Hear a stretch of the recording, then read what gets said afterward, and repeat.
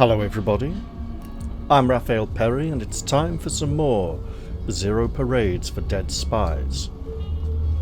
And I need to go into the options menu and change a couple of buttons because it would appear my recording hotkeys do actually conflict with a couple of...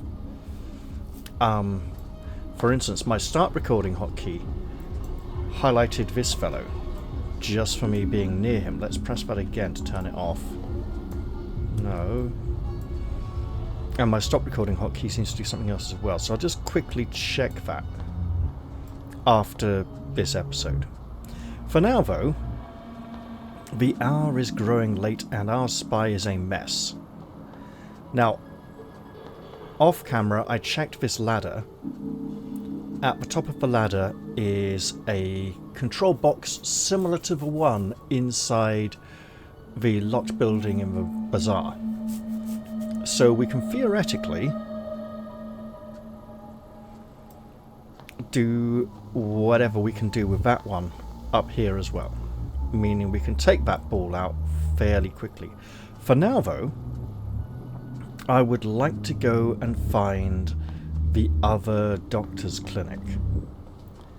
Because a saner doctor will probably give us some better advice. However, it is late and he may have closed for the night.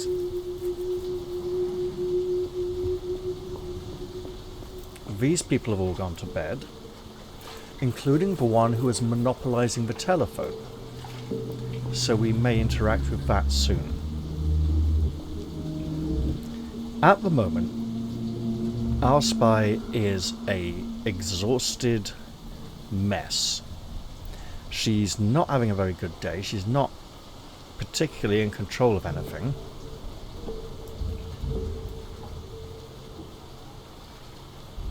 And, yeah, that's probably the best way of putting it, really. So if we come under here... It's not here, but it's close to here.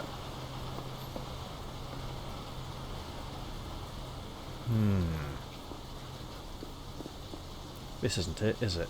Nope.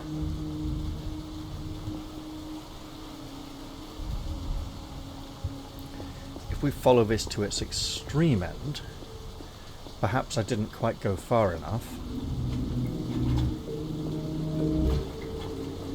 There we are.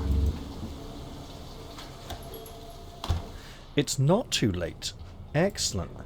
Now, it's possible that accepting a medicinal cure from the other doctor may make this too late now anyway. Welcome to the clinic. My name is Dr. Hugo. How can I help you? The man takes a measured sip of water from a clay cup as he eyes you carefully. Behind him, shelves heave in with medical textbooks. I've never seen a clinic on a boat before. Or, I met one of your peers, Dr. Gonza. Yeah, I'd like to ask you a medical question. We'll start with Dr. Gonza. I'd hardly call Gonzalo a peer. I hope he was on his best behavior.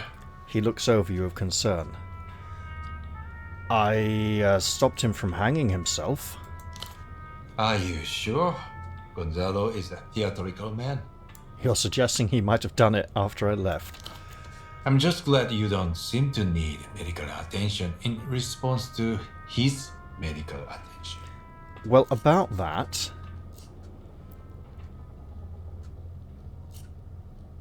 He seemed high. Out of his no. How do you and Dr. Gonzalo know each other? We used to work together when we were both younger. I see. I'd rather not get into it, if you don't mind. I'd like to ask you a medical question. Of course. What can I help you with? Do you have anything to help me sleep? Is that wise when there may be people coming after me? What makes someone go completely catatonic? An empty vessel where a human being used to be? Yes, we'll ask that. Catatonia is an incredibly general symptom. It could be caused by anything from overdose to meningitis to a stroke. I'd need to see the patient to venture a guess. He taps his fingers against the desk. Okay, pretend it's theoretical. He's stable, no injuries, no drugs. Listen, man, this is an emergency. Say he was fine medically unless he listened to a weird audio disc. What then? I suppose audio could trigger some sort of neurological event, but they are exceedingly rare. More than likely, it's a coincidence. He may have sat down, put on his headphones, and then had a massive cardiac event. Substance use is also rampant in musical subcultures, I've been told. He narrows his eyes at you. Well, pretend it's theoretical. He's stable, no injuries, no drugs. No, it would all be guesswork, which is unwise, medically or ethically. The thing is, he's not really mobile at the moment. He angles his head slightly as he looks at you impassively. I suppose Dr. Gonza's my only option unless you can recommend someone else. I'd advise against it, but regrettably, I can't think of a doctor I trust who'd diagnose someone in absentia. I hope you'll find a way to make sure this patient gets the care they need. Listen, man, this is an emergency. Then why are you here, and not at the hospital? Right, back to Gonza then. He gives you a brief nod, and nothing else. Ooh. A nod declaiming any and all liabilities for whatever befalls you there. Right, nothing further. Okay, let's see. Got another medical question. Yeah, but what would it be about? Medicine to help me sleep? I'll see you later, maybe. Until next time. Wow, it seems like the same voice actor voiced almost every man in the game, or all the minor characters. An interesting choice. Let's pretend it's not to do with budget, and not to do with him being available to voice so many characters, and instead pretend that it's the fact that to her all these men sound the same and she doesn't distinguish between them enough. Let's try this phone line. The payphone stands half embedded in a concrete pedestal, its frame weather-stained and dull. Let's look around. You can talk privately, as long as you keep your voice down. We'll examine the payphone. The box is scrubbed of the usual flyers and graffiti, leaving streaks of adhesive and permanent marker behind. The coin slot has been aggressively papered over. Whereas here it says the coin slot has been jammed by an ancient broken soul coin. Let's inspect the cord. Stretched too many times. Coils slacken near the base, but someone's wound a rubber band to keep them tight. Let's look at the side panel. Something catches your eye. Beneath the grime, the metal surface ripples like something's trapped underneath. Let's wipe it gently with our sleeve rather than scratch away at it. If there's something there and we pick at it, it might come loose and fall to the ground or into the water. As long as there's no one else around, there appears to be someone else around, very much so. Let's wipe with our sleeve. The grime yields in oily streaks. Slowly a shape emerges, rounded and friendly. A dolphin, embossed into the chassis. And then wipe the sleeve on our lower coat down near a pocket over our leg to make the sleeve look a bit cleaner. Hey, we're maintaining a cover as a sort of normal member of society in this run-down part of town. What are you jumping over, friendly dolphin? The engraving's shallow, eroded by years of neglect but legible. 1F7G35-94X12. The serial number. A Renatel identifier. The old terminal in the bazaar. I wonder, taking a screenshot, in case we have to remember that number. As good a place to start as any. Interesting.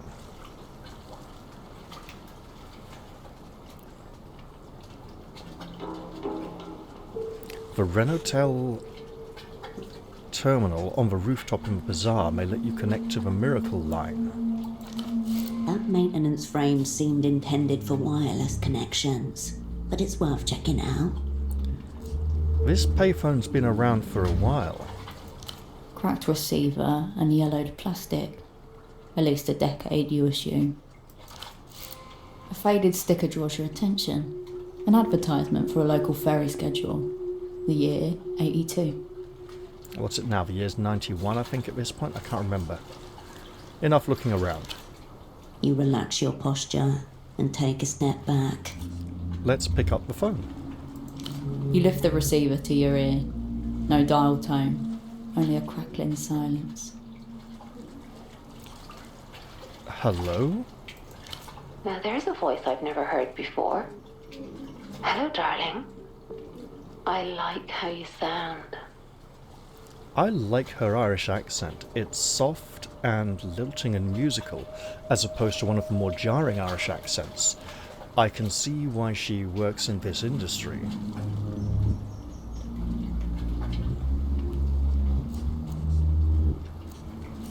Is this the miracle I'm speaking with? Well, no, we'll indulge our tendencies slightly. I like how you sound too.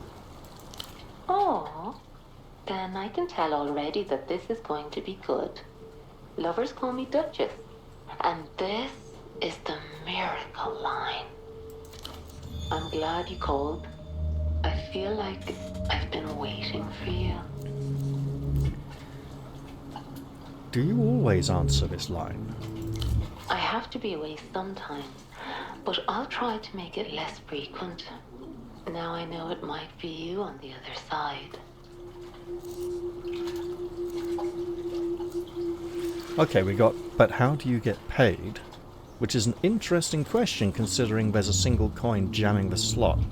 So nothing's coming into this phone, but she's still making money out of it. And she's making so much money from it that the company can't afford to turn this line off for maintenance or update it. I don't believe in miracles. Who's paying? Yes, please don't leave me. Everyone has been leaving us at the moment, and this might help assure us and maybe lower our anxiety a bit. What happens if you need the bathroom mid-call? Is that what you want? You can listen, if you like. Just say the word. No, let's, that's alright. Who are you? I told you. I'm Duchess. That's a name, not an answer. My name is the answer to whatever your heart desires. Now let's fall in love. I'm not a phone sex kind of person. Now, personally, I've never called a sex line, so I don't know what they're like. I imagine they might be a bit like this. Although this might be a bit more classy than some of them. Our spy here, I'm not sure if she's called a phone sex line. With a prostitute? Don't make me laugh. I think I'm already getting there. I think she needs some sort of closeness. Her superior, the one who bosses her around, gives her orders, well, not superior, but point of contact, has left her. Her co-worker has vanished. She needs some sort of link with something approaching humanity, so I think I'm already getting there. Oh, that's my girl. She moans, softly. I mean, it wasn't quite that soft, but okay. Tell me about yourself, darling. Tell me who you really are. Now, I'm not sure she's necessary. Why does this look like a duck, right? Big, froggy mouth or duck bill, two big eyes. Obviously, we can't see her very clearly. A humble penitent. We are feeling pretty bad recently, but our delirium isn't that high just yet, and our anxiety is just below safe levels. A student of the arcane. Do we study ancient things? We seem to live more in the here and now as a spy. A blunt object of history, so we beat things into submission, or a contemplator. We did choose the thoughtful spy archetype. So we'll go with a contemplator. My thinker, my thoughtful lover. Run your hands over me. Explore every contour. Find every secret of my body. I'll just be your guide. Right. Are we gaining more fatigue during this call? I'm not sure. I'm not sure we have. I'm looking for information on a colleague of mine, a sock importer. Did he call you? I think this may involve a test trying to get information out of her about our co-worker, Pseudopod. So I might need to try and soften her up first, get in her good books. And also, Hershel here, she does have a bit of a thing for the ladies, but she's kept it in check enough that it's never really been officially confirmed by anybody. I don't think she needs to massively overindulge, but this feels private enough that she could experiment a little and anonymously, as long as she doesn't give away too much personal information. And as long as it doesn't go too far, that she starts to feel obsessed or some kind of serious problem. So I can live out my fantasies on this line. Anything, darling. Let me inside your head. Be my controller. I do secret government tasks for you. I'm your controller, your boss. You do tasks for me. Or, what do you know about augmentoids? Now we know the man in the bar is an augmentoid. She might tell us something interesting. You feel an odd, tingling lightness to your mind as she takes this in. I know everything about augmentoids. I am one. Her voice has changed. Colder. Her voice flat, emotionless. A cold, hard machine. That's a really good augmentoid voice, or I'll stop you. You won't destroy humankind. Please don't kill me. I'll do anything. I'll help. At the moment, Hershel does feel like she's having to do all the hard work, having to fight, having to struggle against something. And I feel that a little gentle surrender, where she can just relax and let someone else take control, feels like a good thing to her right now. I don't know why. I mean, she is the Great Cascade, where everything all falls down and collapses. Maybe she needs to let her defenses down now. So we'll go, please don't kill me. I'll do anything. I'll help. Pathetic. I have no use for you, sickening ape. I will tear you apart and turn you into one of us. Oh, that doesn't sound good. Finally. Finally? My eyes start to glow red, my lips open. You see the steel gleam at the back of my throat. I lift you, bring you close to me. Alright, we got put me down, machine. We've already kind of surrendered and offered ourselves up. Yes, do it. Take me, or I pull my sword from my sheath at my back. It's super cool, really like super duper honest Joss Whedon talk. I think she wants to embrace this surrender, and we'll just go with it and see where it goes. Yes, do it. Take me. My torso rips open, my fake skin tearing and bleeding to expose the circle saw inside. I'm going to split your stomach. That sounds really bad, and we should have some kind of visceral defensive reaction against this. I pull you in, on top of my spinning saw, smiling as your guts spill over me. I can still defeat you. How? At this point, we'd need some kind of suicidal weapon that would require us to be really close. Please, save me. Sure. We'll go with that. I will save you. I will make you better, stronger, a metal immortal. Again, I'm not sure if this is the kind of thing people call sex lines for. But it seems that Hershel here is enjoying this a bit, somehow, in a really bizarre, twisted way. I release you. and stand over you, unscrewing my hands at the wrist as you bleed out. My forearms rotate, sparking. Wires grow from the empty space. I kneel and reach into your wound. My wires grow and squirm inside you, curling around your spine, probing all the way up your ribs, your neck. Your cheeks bulge as I explore your face. This sounds like something Cybermen might do, although they would do it in a very unemotional, cold way. Yes, yes, make me your augmento, bitch. Whatever that is. I lower my face to yours, ready to give you the final kiss. My tongue pushes your lips apart. It is thick, hard, warm. It forces itself all the way into your throat. Wait, if she's a robot, why is the tongue warm? That feels wrong. Pushing all the way back until I can reach myself inside you, connect my wires together in your chest. Electricity courses through your body, shocking you, killing you, making you alive. I am metal. I am perfect. Don't forget, it's a fantasy, hon. Look both ways when you cross the street. And the nice voice is back. She brings us out of our reverie. She laughs warmly. Her voice returned to normal. I want to get into my fantasies again. Tell me where to take you, baby. Be my controller. I do secret government tasks for you.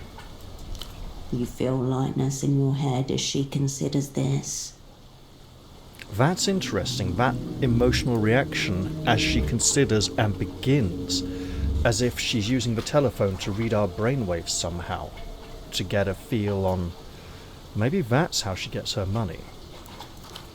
It's you. How good of you to finally check in. What's the status of your assignment?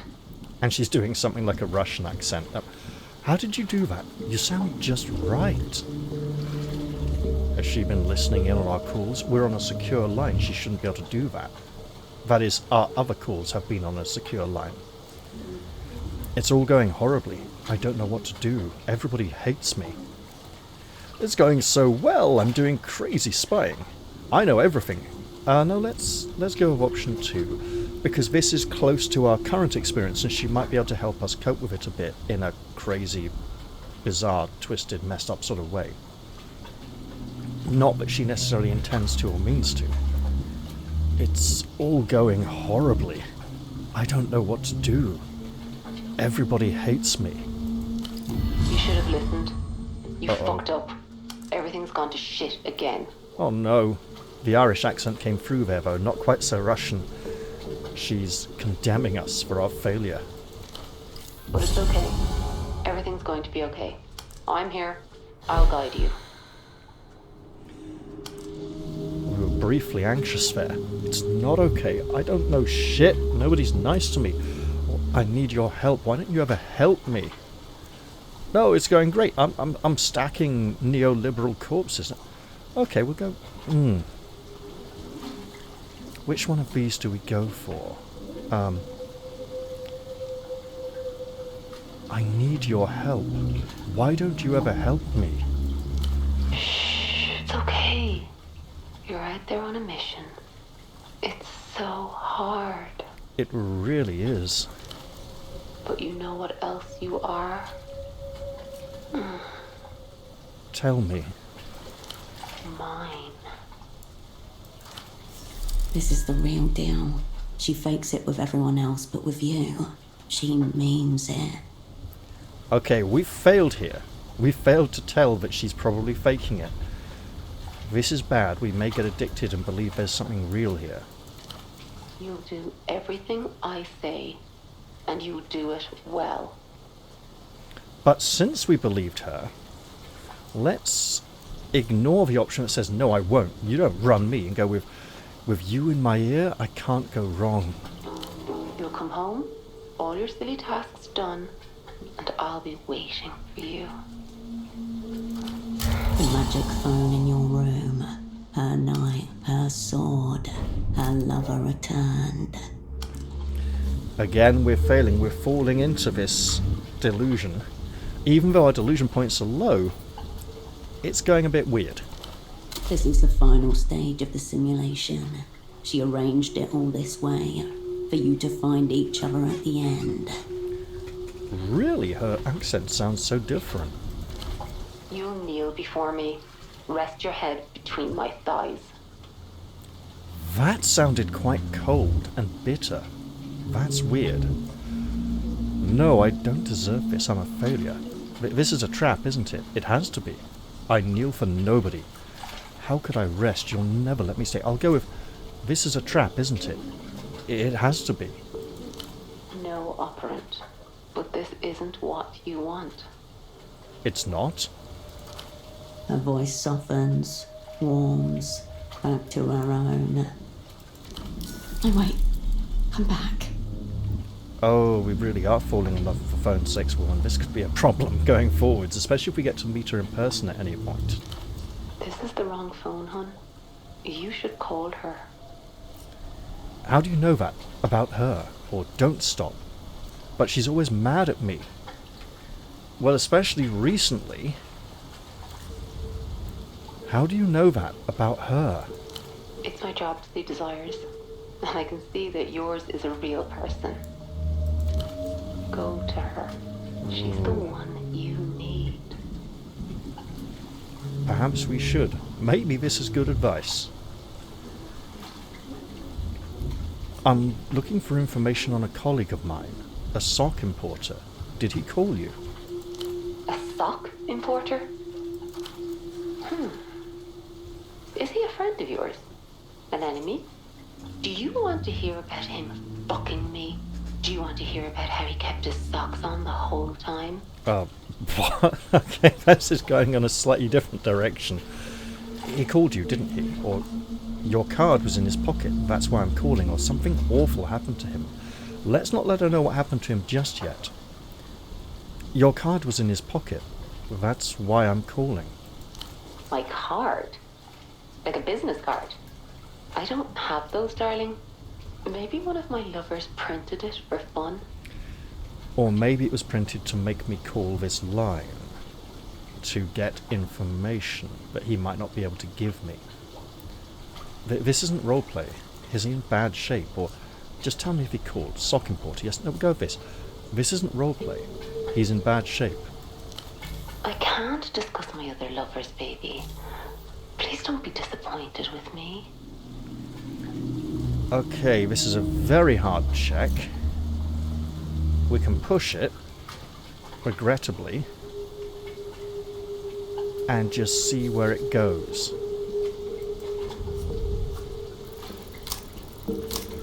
Whoop. Hooray! She's too good at her job. You need something like a universal safe word to bring her into the here and now. My colleague, was he suicidal? Did he seem afraid, like someone was planning to hurt him, or any new client seemed so horny that his soul might die? I think we'll go with this one. Did he seem afraid, like someone was planning to hurt him? Hurt him, love? Long pause stretches between you. Ooh, how did I do there? Did something happen? Something, yes, something very bad. I don't know, that's what I'm trying to find out. I'm pretty sure he was murdered. I'm going to go with... I don't know. That's what I... Or... Okay, no, we'll go something. Yes, something very bad. Oh, this isn't a fetish, right? I'm sorry. A sock importer, yes. He did call. He told me his work partner let him down, but he didn't seem afraid. The words slip in like broken glass under a fingernail. Oh, that's hurting us. I knew it. He was counting on me. Setting me up for failure before I even arrived. Deeply suspicious. So true. Sounds weak. Dependent. But we never even met. No, we'll go for option 2. Setting up for failure before I even started. Deeply suspicious. So you're the partner? He seemed hurt, but he didn't sound suicidal. I wouldn't have missed that. Not a chance. Just believe me. I would know. Sounds like she's speaking from experience. She exhales and the line crackles. She will think about pseudopod for the rest of the night. Did the sock importer mention a red disc? No, maybe. He mentioned music. He said he was excited to go home and listen to music. He said he was learning about culture. Did he say where he got it? Just from someone who knew all about culture. He said it was going to change his life. That sounds like the man on the marketplace who was bemoaning the stagnation and loss of dwindling culture, who we spoke to about the disc, and we failed to check to ask him if the information on the disc that had been erased could be recovered.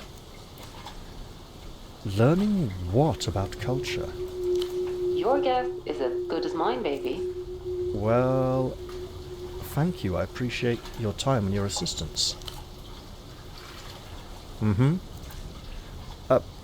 Thanks for the chat, and we'll hang up the phone. Line's always open. I'll miss you.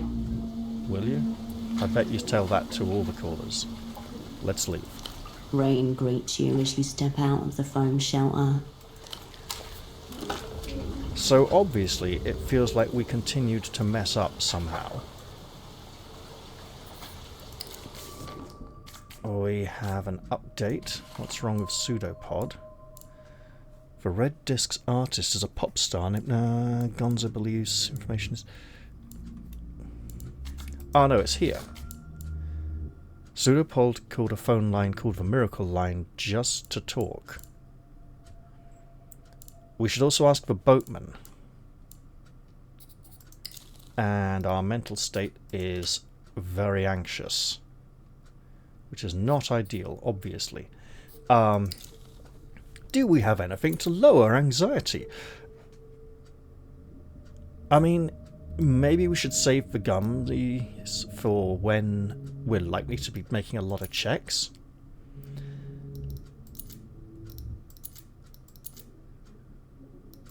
No, we do not. We probably shouldn't dress like a silly party girl when we go and speak to the boatman. He might try to seduce us or get the wrong idea entirely. Let's zoom back out again, because we zoomed in automatically for that area. Now, oh yes, so we've unlocked this. There was something else down here that required a lockpick. And yes, it is incredibly late. We should probably try and find that man who's waiting on the tram and let him know the line's down and it's not going to come. Where was that lock? I think it's down here somewhere. I don't like the automatic highlighting when I come close to things. That seems to be a side effect of me pressing one of my recording hotkeys. That's it. It requires a lockpick, which we do not have.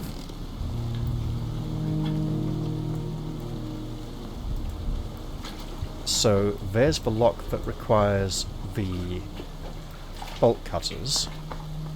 Is there anything down here that requires them that we missed out on? No.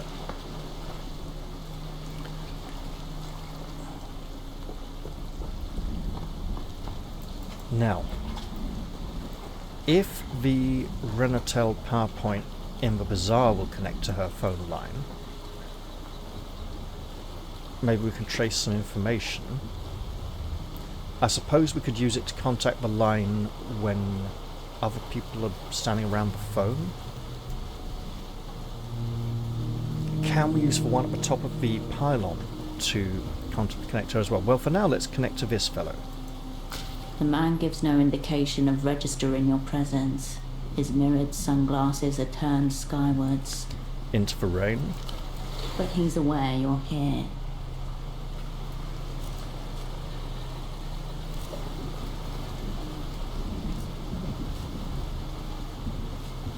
Nice boat. No, it's not. But it's a good one. Help you with something? We'll look around the barge. An old, low-slung workhorse with tar patches, welded plates, and mismatched boards. Marina 32, early 70s issue, Port of Fearon manufacturing, built for municipal dredging, but this one's been heavily modded. A 32. Reliable class. Except for a few bolts disagreeing with their place. Still, the reputation's deserved. I think we've got to level up. Not quite. 95 experience points. Okay, we're working on it. He's got a few more years left in him. He wraps his knuckles on the cabin roof. Wait, your barge is a he? Most ships are named after stars. In Rustum, we name them after lost sailors. Carve a name into the prow. The dead will watch the waters for you. Interesting, traditional boats' names are always girls' names. Long dead hands carrying the hull, white fingers in the brine. What's the name on this prow, then? Nothing. This is just a barge. He taps his foot once. I call it he out of habit. What's your name? Boatman. That's just what people call you. And I'm not complaining. A professional. No further question. His chin dips once. A lot of bootleg goods here. Where do they all come from? Depends. Some are produced locally. Textiles the easiest to replicate. Got some artisans in Hill of Pigs. Other things, like toys, need to be brought from abroad. There's small manufacturers scattered along the Nos Correntes coast, families of presses, off-book factories, other crates have crossed a few borders. Why are the Lusian crates stamped by the Ministry of Mass Culture? Because the Lusians don't mind a little cultural leakage these days. In fact, they encourage it. Yes, they are overwhelming the local culture. Government thing. Shadow program. I don't ask too much about it, he shrugs. Merchandise gets shifted and no one selling it gets disappeared to lose. Works out. Their stuff is undeniably cool, maybe. Sounds kind of sinister to me. Or what about the culture blockade? No, we'll go sounds kind of sinister to me. Beats violent occupation. A slow inhale in my book. I'm guessing Portofiero's port authorities are in on it too, and why would he tell us? So long as they get a cut, he sniffs. Foreign regulations have made that part trickier. More eyes, more signatures. Why is he being so open about this? Treaties, obligations to foreign banks and bureaucracies, third-party audits, all part of joining the developed world. Now, remember, the gummy benefit for passing tests doesn't seem to be on passive tests, but only active ones. And how did all this begin? At the hands of some enterprising people. A few tarps in the dust and a word of mouth. I'm sure there's more important things for us to discuss. Yeah, I've got something else in mind. Sure. A colleague of mine came through the bazaar recently. I think you two talked. A colleague? He rolls a cigarette to the other side of his mouth. Go on. Sock merchant from the superblock, or we'll go with this one. Professional. Brown suit. Glasses. Late 20s to early 50s. There's a lot of coming and going in the bazaar. I don't get paid to keep track of it. A decent performance, but you have notes. Odd. Petra said you were pretty well acquainted. Did he? He glances towards the stores. Ah, right, the twitchy communist. Now I have him. Yeah, your colleague was here. As you can see, he isn't now. What did you and my colleague talk about? It's interesting he's missing a lot of his voice lines. Socks, mostly. He tilts his head. Not really my province. He was here to broker some kind of trade deal of a bazaar. Time to show. Cards on the table. No, he wasn't. Well, no, he wasn't. Then he must have been a spy, with the Opulent Bureau. A measured flare of cigarette smoke from his nose. Like you. A still moment. Boats creak in the water. Nearby, something splashes. Oh dear. I used to be. Now I'm just trying to make up for it. Or, allegedly, we're both spies. In my regards to your sources, or I prefer state-sponsored criminal. I'm not even really here. I'm currently on a long-haul flight back to the superblock, allegedly. That sounds dramatic. He's just someone I work with. Let's go. I used to be. Now I'm just trying to make up for it. Give him a little something to feed on. Sometimes the past gets ahead of you, or falls so far behind that you start to lap it. A rough grin. Anyway, your colleague seemed upstanding, respectful, but I couldn't help him. End of the line. The pseudopod terminus. He bounced off this man and landed somewhere in oblivion.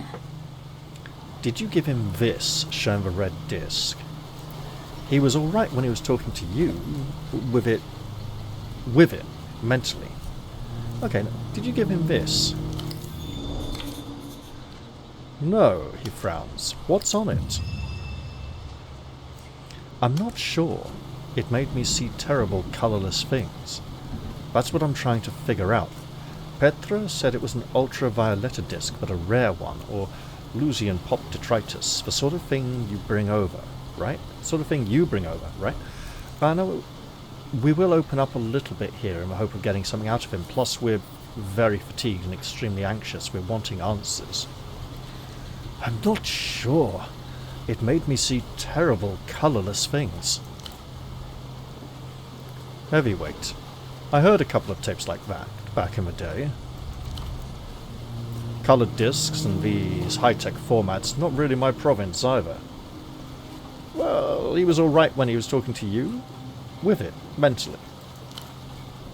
Very much so. Probably too with it. Shaky hands, blotchy neck. But he did alright. A polite round of applause for the support act. I need to know what my partner wanted. Why was he here? So it's partner now. A crease across his brow. He wanted the same thing as you do, I assume. A meet with the boss man. A face flashes in your mind, unbidden. Heavy-set, boyish grin. Traces of the underworld clinging to him. And who's the boss man? Tempo del Sur. Sounds like we should go back and speak to the smoking man. Your cerebrospinal fluid turns to liquid refrigerant. Uh-oh, that sounds really bad. Tempo del Sur, mid-tier deity in the local underworld. And once your asset, cryptonym taxman. Also someone you once called a friend. He asked for Tempo by name. By name, he nods. Your colleague was very keen to speak to the boss, but I had to turn away.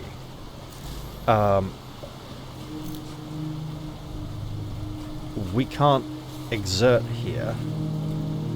Shadow players at +1. Why couldn't Pseudopod get past this man? It's a white check, so I can try, but let's see. Where'd my partner go after you... Hang on. You called Tempo boss man. Does he run the bazaar?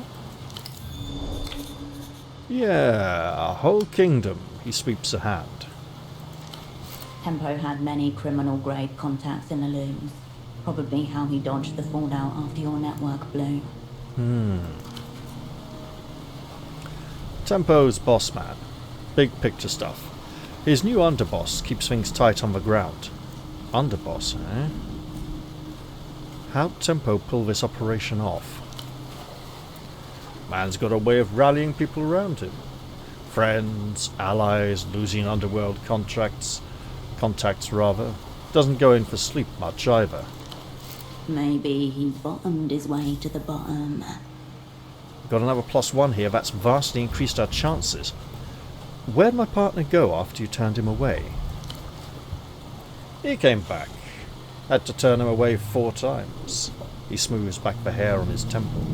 After that I lost track of him, but he didn't exactly walk off with purpose.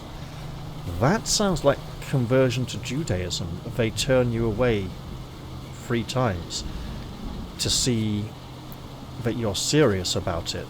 And if you come back the 3rd time, they say, alright, you're serious about this, we'll consider accepting you.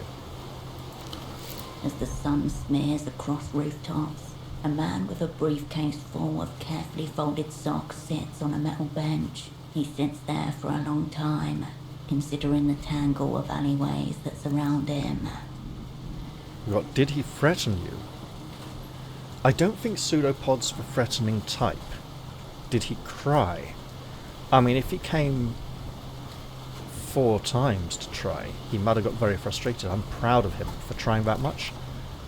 Did he cry? He got very frustrated, but no, I didn't see tears. I don't suppose we could use... No, we can't use any of these. What are we seeing here? So we're learning... Tempo runs a bazaar these days, and Boatman did not give the disc to Pseudopod. I think it was Petra, or maybe what's changed here, apart from the extreme anxiety.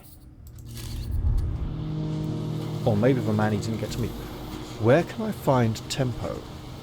That seems like he's going to turn me away as well. It's going to make this harder, so let's just roll the dice. Oh, 5's good. Not quite. Okay. Because Pseudopod didn't possess your killer mindset, Operan. At the moment, I'm not sure we do either. Listen, Boatman. I'm the bad bitch everyone calls when things go tits up.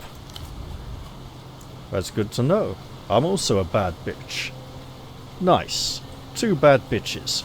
We've fumbled this so badly. Among many upturned tits, he adds. Your mindset has gotten you nowhere, but at least game has perceived game. Well, now we've got elevated fatigue as well. Unless he's in on this too. How do I know you're not working against me? The smuggler offers a loose shrug and a head tilt.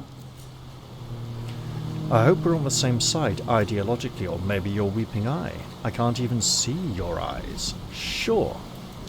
He flips down his glasses a moment with a single finger, then returns to his cigarette.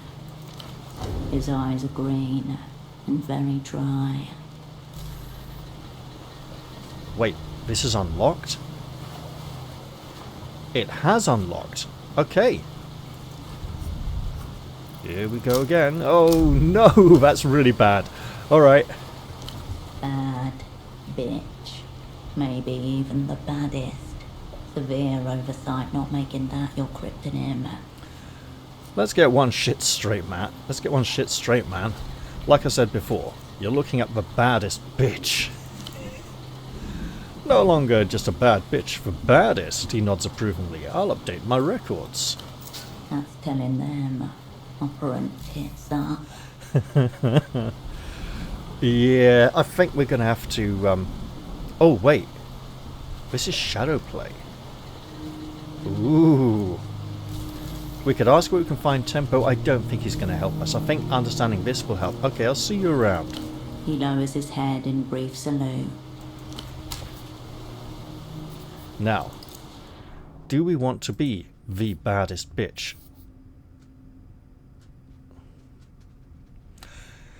We don't use shadow play that often. doppelganger bit could help as well. If we rest and come back and try again, well, increasing it would allow us a reroll with a slightly improved chance. But I don't want to just increase skills for rerolls. I want to increase skills in a meaningful way. So, coordination minus down is down, doppelgang is up.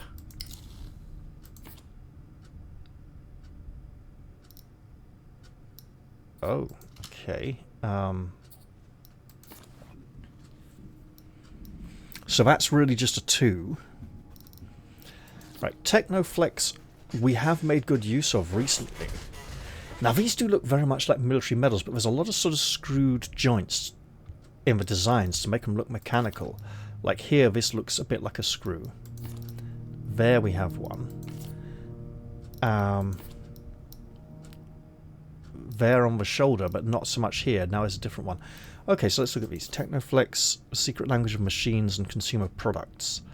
Bend any device or system to your will. We should look to see what might help with the medicine. We do want to fail less nerve checks.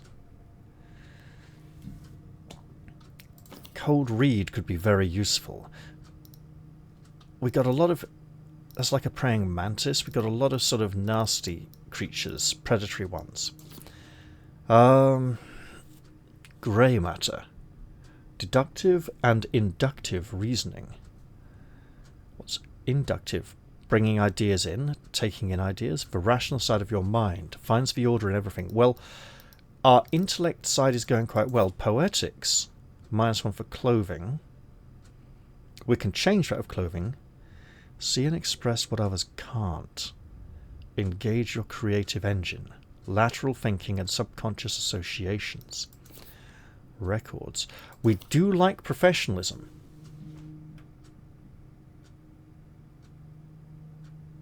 Yeah.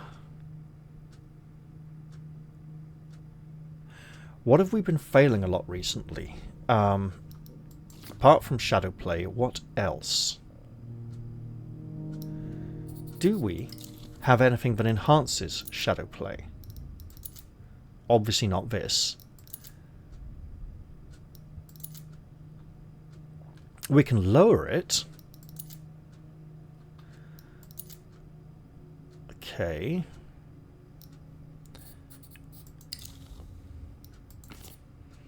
Coordination, agile, physical presentation.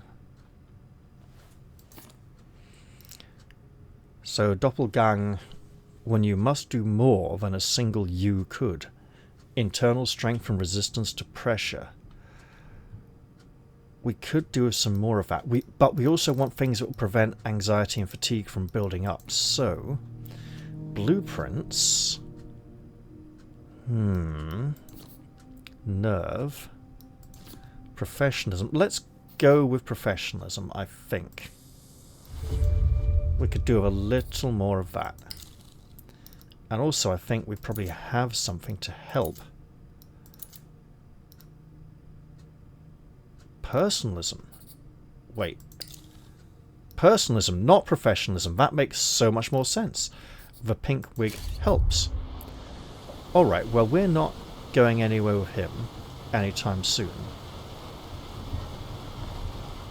Maybe we should go and meet the man who's waiting for the tram and let him know the line's buggered and he can't get it. What's this? The flyer promises steamy Tsunians, freshly immigrated. Okay. Let's see if the man is still waiting for the tram this late at night. It is very late, so he might still be waiting.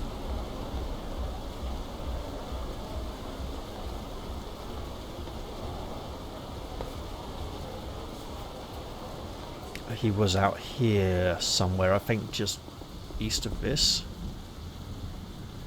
Around this point.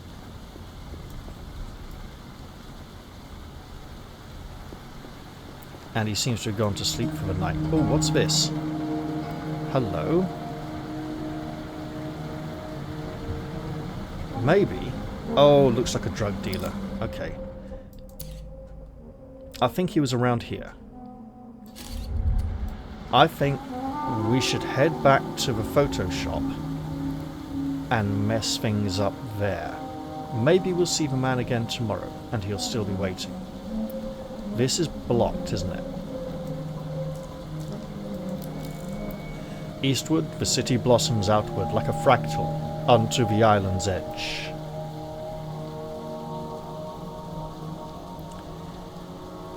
Now, we should probably try this awful medical treatment on our catatonic comrade. However, it's likely to be highly stressful, and we'll do much better if we can rest.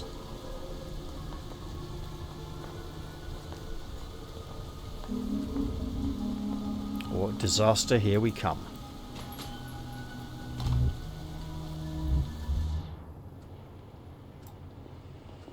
Let's talk to her after we sleep. Now, we don't know what effects the passing of the days will have, and there's probably some kind of timeline of events that are likely to occur. What's going on with this toilet? The toilet seat is up. Okay. Raw information atomizes itself. On the other side of the world, a phone rings. But no one answers. The phone keeps ringing. We'll wait. The ringing continues. Where is she? Anywhere but on the other end of the line. We'll keep waiting. The ringing continues. Eternal. We'll glance at the magic box.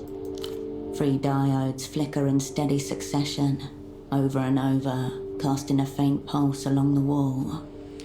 This could be because it's too late, or because it's too late for us and she's given up on us. The line is operational. You can rule out a technical problem. Shit, we'll hang up the phone. Downstairs, you hear the sound of Constans moving about. Let's just sleep. The bed welcomes you for a soft slumber. And sleep we shall. Let's hope we don't regret this and haven't missed too many opportunities by this point. The anticipation of a decent rest pulls you towards the pillow. That's a good amount of relief.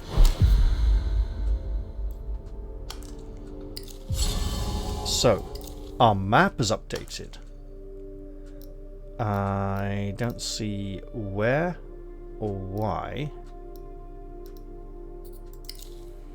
Dossier, well, we're well rested, so these are all good.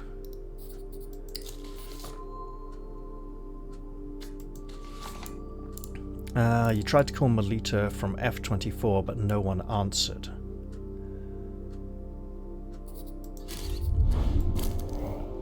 Let's go downstairs and let disaster commence. All skill checks have unlocked, so that's something. We appear to be carrying something short and sharp from our spy toolkit. I'll print. I need your help with something work-related. Very well. What's your opinion on the assignment? Forgive me. Is this some kind of test? Shouldn't you be the one advancing thesis and so forth?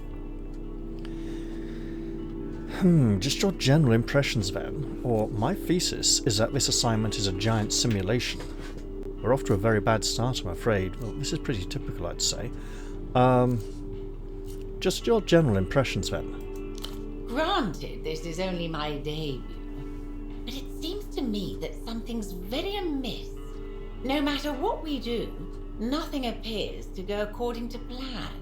Indeed. Pseudopod assured me it's all part of the work, but it gives me a rather unsettled feeling. And now, well... My thesis is that this assignment is a giant simulation. Pseudopod took the assignment extremely seriously. Well, that's all for now. She gives you a nod. I'll be here if you require anything. I need to get to him. How do I do that?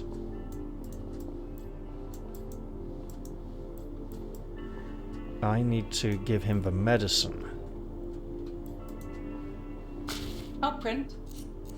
I need some help finding my way around. That's understandable. It's been a while since you were last in Portofino, hasn't it? Oh no, that's all, thank you. I've Of looked course, around. I'll print. I'll be How do here I- if you require anything.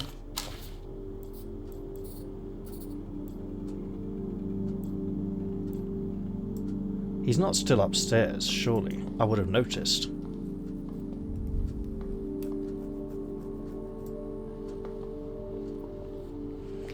He bloody is still upstairs as well. Oh dear. You return to your double-splayed, upturned body. Red check, you cannot retry. Failure likely. Use Gonza's stamp. Oh god. We're at least 11. We could push it, adding only 2. I'm not sure this is going to help us. It's going to make it harder. Nothing more to be Your done double here. is indifferent to the world. So, sensors. Ooh.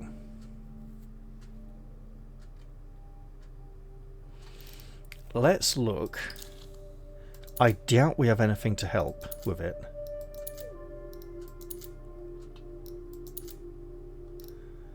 But we may be able to find something that will help.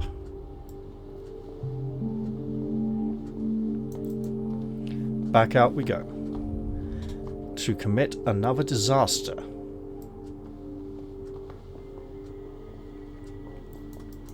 So here's the plan. We return to the bazaar. And zoom out a little, why not?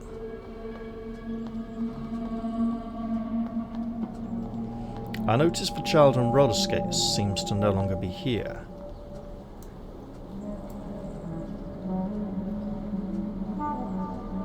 Here we are. You again. Any updates on the 9? Line 9 isn't running. They haven't finished constructing it, and it won't ever be finished. But how can that be? A gentleman from the Carabineros said it would be in service any day now. A handsome foreigner. The Carabineros were playing a trick on him. You'd think with all the MTER money this place has gotten, they'd have fixed their aerotrams. I think they were trying to make a fool of you. What am I supposed to do now? What are you doing here in Portofino anyway? I was simply passing through on my way back home to Sundak. I had been working in Copablanco, but the work dried up. That was more than a week ago, and, here I am. Despite his predicament, he's kept up with hygiene. His beard is shaved, his nails well manicured. Is there... Oh, what line of work are you in? I'm a political economist by training. Interesting. It must be said, this is the most handsome political economist you've ever encountered. Are all Sunnis political economists? This is so... you know... Well versed in theoretical and quantitative approaches. No, I must say my combination of the two is rather exceptional. I'm not going to say... I was going to say mega fuckable. That's a really awkward turn of phrase. That's what I meant. You've got a special skill set. Thank you, I appreciate it. Unfortunately, those skills have not done me much good here. So what are you doing here then? How to put this? You're surely familiar with the concept. A somewhat rich, older lady wants a nice exotic husband without the lifelong commitment, yes? We're speaking about a specific lady, or are you just searching for one in general? Meanwhile, a clean, well-behaved man from the periphery wants to see the world but lacks the necessary capital. The woman pays for his relocation and gains a valuable commodity. A high-quality Sunni's husband. Right. Is the woman here in town, or are you supposed to be travelling towards her? No twitch, no hesitation. He's reclined into that reality long ago. So, political economist. Yeah, I think he's just looking for a sugar mama. If a woman of means wants him over other options, that makes him a luxury. He likes that. So you're a mail order groom. What about Sunni's husbands makes them so desirable? Or, say no more, I've heard enough. Let's go with this. What about Sunni's husbands makes them so desirable? Where else can one find men so clean, attentive, strong, and conversant in political economy? He seems slightly offended that you're not already familiar with the reputation of Sunni's men. In other Right. circumstances, I believe it could have worked out brilliantly, but alas, in my case, endogenous factors conspired to thwart my domestic bliss. Endogenous? He doesn't mean indigenous. So, what is endogeny? Is it to do with being endowed? Maybe? I'm not sure. I'm sure you would have made a fine husband. What can I say? Sunnis are both practical and romantic. Say no more. I've heard enough. Right, of course. Is there no other way back home for you? There used to be a more direct route via Havergelie, but the border has been closed since it was re-annexed by La Luz. It's not so easy to get around as it used to be, you know? He looks away. I'll be on my way then. A man turns back to his suitcases. You keep walking. I'm not sure we'll meet very often again, but I'm aware now there's a way down there we can explore. The whole Kizak roundabout district. No, it's just this bit down here. Okay, interesting. And fishing man down there. There's a telephone. Let's not use it. Instead, we will head back into the bazaar and towards the bottom of that fire escape. The fire exit remains ajar, all wedged into the crack. We'll head back up to the roof.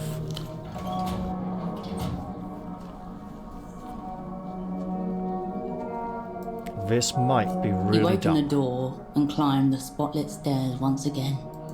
Excellent. Let's go mess with this terminal again.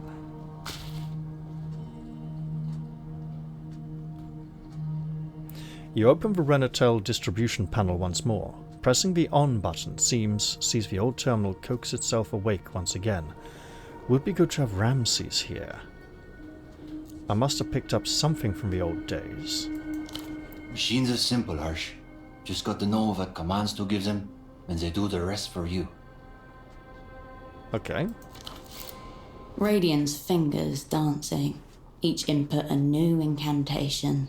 The ember of his blunt pulsing with every keystroke. A sorcerer within his haze. He was great at this shit, whoever he was. There is one piece of advice you remember him giving you for times like these. If you ever get stuck, you do what you do when among human company. Ask for help. You can literally type it in. Let's type help. 3 possible inputs, cold and toneless, flicker up on the screen. 1. Network. 2. Diagnostics. 3. Quit. Okay. Network should get you the list. Then it's just a matter of finding it. We'll type network. Load in network. Here we go. Pixels wink in and out of existence before slowly etching themselves into something larger. A chaos of blinking black squares, apparently random, and yet cohering into a shape that stirs something in your mind. What am I looking at? Before you, Portofiero's wireless network. A constellation of flickering nodes floating in a landless void. Dormant stars waiting for ignition. What's the big tangle here in the middle? The densely populated heart of the city, where terminals pile on top of each other, dozens to a square meter. What's that empty-looking area to the north? You look to a region of the map where only a few scattered pixels blink amid stretches of empty screen. And where am I? You're one of the blinking pixels. That much is clear. Which one, though? The mess of black squares swims before your eyes. You have no idea. Okay, we're definitely interested in passing that in the future. That's enough for now then. We'll type diagnostics. Renotel Diagnostics is intended for official personnel only. Input external device to continue. Oh. The Renotel technician had such a device, the Voskol auto-negotiator. Maybe he'll let you borrow it. Let's type quit. Goodbye. We get a goodbye. Okay. All this to connect to the telephone 6 line and see maybe where it is based, where it's hiding, or how it's getting its money. Let's head back up and find the technician. Maybe he'll help us if we climb up and fix the problem he's been having. Oh, what? Come here. Stay. It's gone away. I wanted that.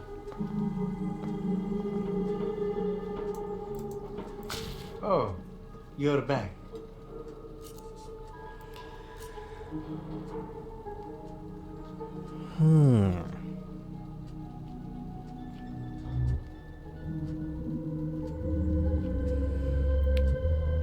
Did you know a magnet erases the contents of this disc as it plays, will show him the red disc? No, I didn't. Fascinating. I wish a magnet would erase parts of my life. He leans in to get a better look. The disc blooms like ruby flowers in the reflection of his lenses. Oh. He looks to the distance, at the orange sun slowly rising behind the silhouette of the city. The far-off hum of commuter traffic and the squawk of a seabird fills the uneasy silence between you. Beautiful, isn't it? It is, and I've barely noticed. Ever since I got here, I've been wearing a veil, hiding myself, not knowing who I am or what I'm doing. I get that. I feel the same way, or... Did you really get all that from a magnet on a disc? I thought you had a job to do. A shame that we never know who we are or if it even matters. You really love to paint a tragedy. Let's go. I thought you had a job to do. Yes, you're quite right. Got to take these things one step at a time. His face lifts. Even if he doesn't like it, his position gives him purpose, direction. Sometimes that's enough. Work aside, what else do you get up to? Not a lot, unfortunately. I do collect magnets, though. Oh. That's probably the most fun thing about me. Could you take the magnet out of this disc? Why magnets? It's a lifetime hobby. I always carry a few around in my pocket, so I can see what surfaces they will stick to. Not a lot of people are that into magnets. I suppose you mean that as an insult. I don't feel it that way. Just shrug. It is. It's extremely lame to get that into something. Don't worry, I get obsessed with things too. Oh, well, that's good to know. Is it? Your obsessions and secret passions have saved you more than once, and may yet again. Okay, we can't As you talk to him about depart, his tool. the chant of "I'm your man" starts back up behind you. We had an option to offer to assist. I think now we just need to try and do it. Then maybe afterwards he'll be grateful.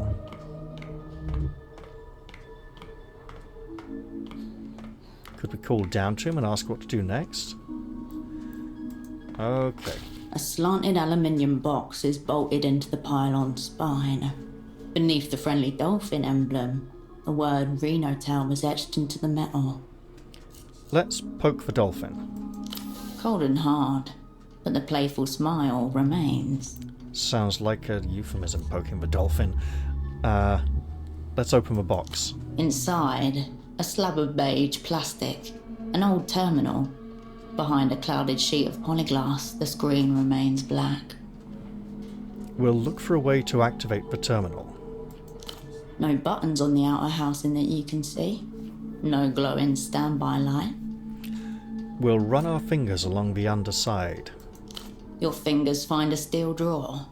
It slides out with a creak, revealing a keyboard designed for gloves, each key a chunky slab. Let's press the on button.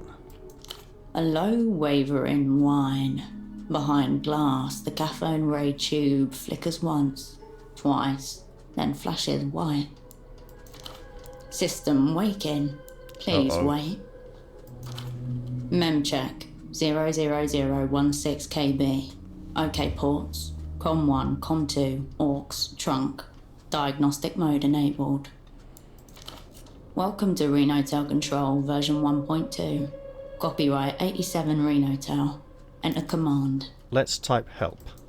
Available commands. 1. Line diag. 2. Trunkmon. 3. Network. Can I use this for anything? Trunk monitor, what's that about? This first option, some diagnostics tool? So the name suggests. As for what kind of diagnostics, there's only one way to find out. Trunk monitor, what's that about? You know, for monitoring trunks. Right. Cool. We glance over our shoulder. Still sharp, still tight. The terminal clunks, as if it's exhaling static. Can I use this for anything? Based on the available options, this is a maintenance terminal. You might be able to get information on the Renotail network from here. Got it. We can try. The screen flickers, awaiting your input. Let's type line diag. Line diagnostic mode. Enter landline identifier to proceed. Line ID. We'll enter the Miracle Lines identifier. Line diag node 04P03. Tone OK. Status. Active uptime. 8,132,440 minutes. Route map. Trunk A02. Keysock hub 3. Exit 9. Loop length 2.7 kilometers. Wait. Keysock hub 3. Map. Hub 3, eh? Well, there's one. That may very well be it. Or down here somewhere in case we haven't found it. We might actually be able to find her. Voltage minus 51.3 VDC. Current 21.6 MA. Load coef normal 0.91. Pair ID 7C12T. Tone frequency 1.024 kHz. Let's see if we can glean anything from that. Perfect. Now activate pilot tone injection at 997 Hz, minus 20 dBm, below conversation level. You'll be able to follow the magnetic lead. What? Tell terminal to make line go beep boop in a unique way, then follow the beep boop. Fair enough. You're not sure how yet, but the wealth of details should prove useful. Let's step away from the terminal. You close the box. And go down again. See how we're going to persuade this man to help us.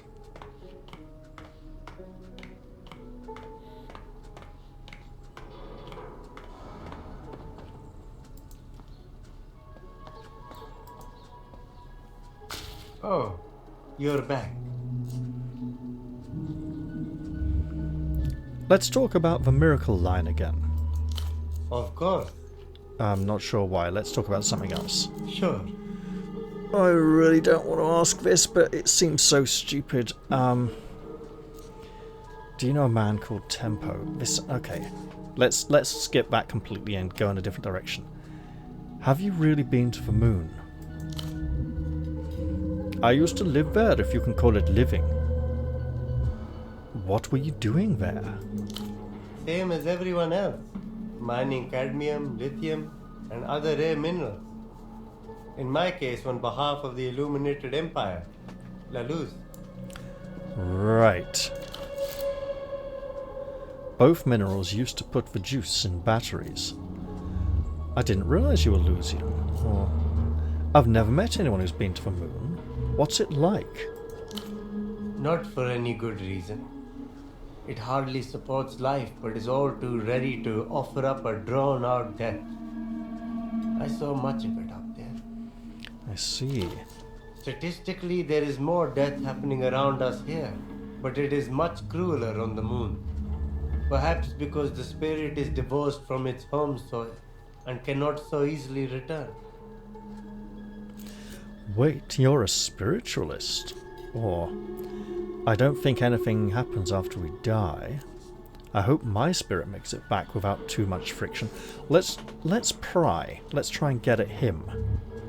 Wait, you're a spiritualist, as in a medium? It's what gives me hope that one day I will find peace. Of course, it makes the encroaching inevitability of my own death easier to deal with, too. We still have the nihilistic option, so let's ignore it and try for a little hope. I hope my spirit makes it back without too much friction. As do I. It's a comfort to know that it won't have to travel hundreds of thousands of kilometers through space, at least. I didn't realize you were Lusian. That is by design. I got rid of my accent on purpose. It's much easier to fit in here without it, and yet he has a fairly unique accent. He hid it well. What else could he be hiding? The fact that he's got a device we want. So what are you doing in Portofino now? I'd rather not get into details. Suffice to say, there was nothing left for me up there. Hang on, I love details. We could pry for more information, but he's made it clear twice now that he doesn't like the idea. Maybe there's no supply of it up there on the moon. You got starved. Yeah, we want to support the it thought. Do you like living? Yeah, we'll go with that. Maybe there's no supply of it up there on the moon. You got starved. It? Is that what you said? It? Is that a chemical symbol or something? Detecting low levels of it here. Seems his return hasn't solved that particular problem at all. I want to... Okay. I think I'm going to have to. Do you know a man called Tempo? Unusual name. May have heard it on the wind once or twice, but no. I don't know him. What the hell are you talking about? On the wind? There's something in the back of my mind telling me I've heard that word being shouted somewhere nearby. That's all. Tempo had that effect on his surroundings. Often spoke about, rarely seen. Unless he had a use for you. Let's talk about the moon again. If we must. Okay, no. Hang on, I love details. They're not very interesting. I wasn't suited to the job I had, so I had to leave. Something happened on the moon. Something he will never be able to face again. Do you like living here in Portofino? Very much. It's fairly peaceful. And I've always been quite fond of seafood. Though I will admit, I'm getting a little bit sick of shrimp. It's nice to see the children here falling in love with the same toys I grew up with too. Lots of Lusian imports and such. Very nostalgic for me. Alright, I'll leave you to it. As you depart, The chant of "I'm your man" starts back up behind you. So how do we persuade him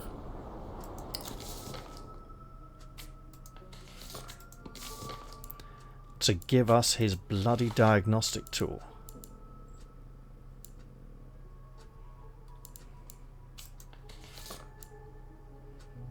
Wait a minute.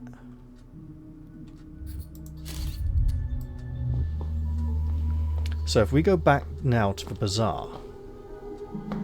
Wait, I click it.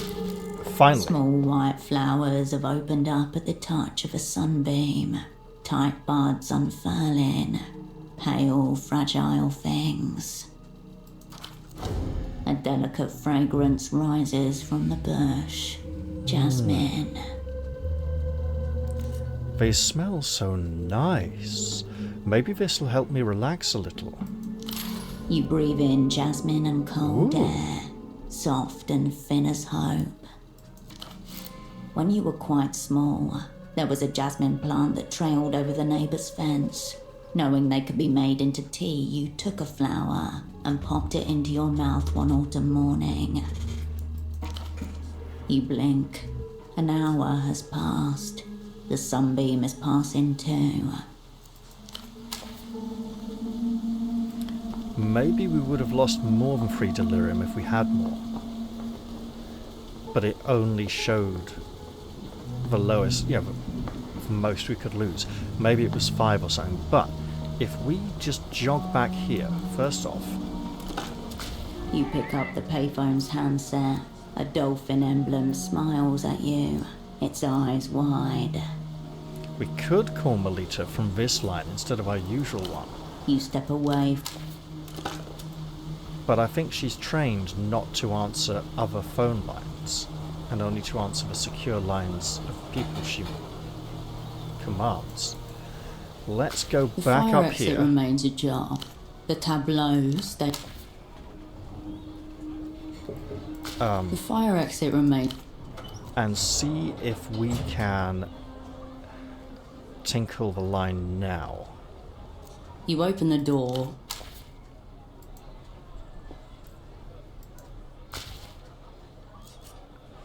It would be good to have Ramses here. Machines are simple, Hersh. Just got to know what commands to give them, and they do the rest for you. Radiant's fingers dancing, each input a new incantation. The ember of his blunt pulsing with every keystroke. A sorcerer within his haze. It feels like there's something here I should do before removing the bull. I'll figure it out. For better or for worse, you'll have to. But there is one piece of advice you remember Radiant giving to... Yeah, If you type ever out. get stuck, you do what you do when among human company. Network. Ask for... The matrix of lines and pixels representing the city ripples out in front of you once more. Where am I, in case You're we one of the blinking can repeat pixels. it? That much. The mess of black No, it still squares failed. Okay. swims before you. Diagnostics. Renotel Diagnostics is intended for official person. Yeah, we need the device, and he won't give it to me. Goodbye. That is frustrating. What could we do?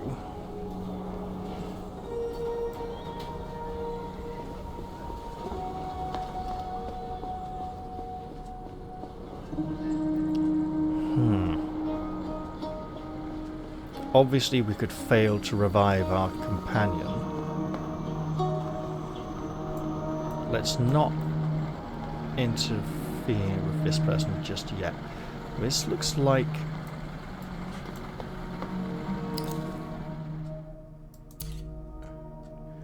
Yeah. Okay, can we get across there somehow? Something's in there.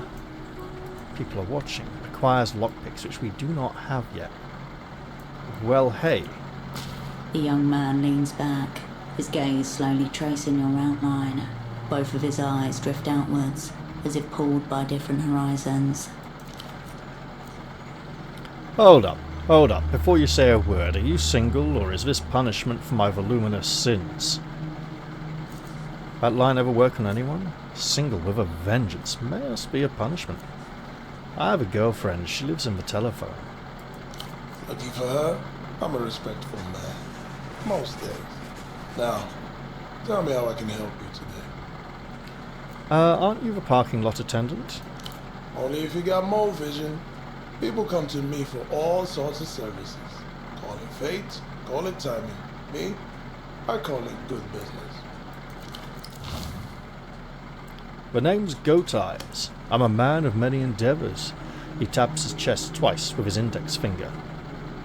Your name is Goat Eyes. Has a guy from the Superbox spoke with you recently?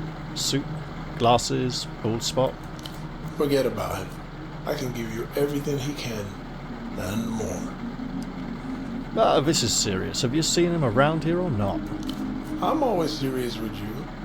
But okay, I can see that fire in your eyes. I haven't seen him. Promise. What kind of services do you offer exactly?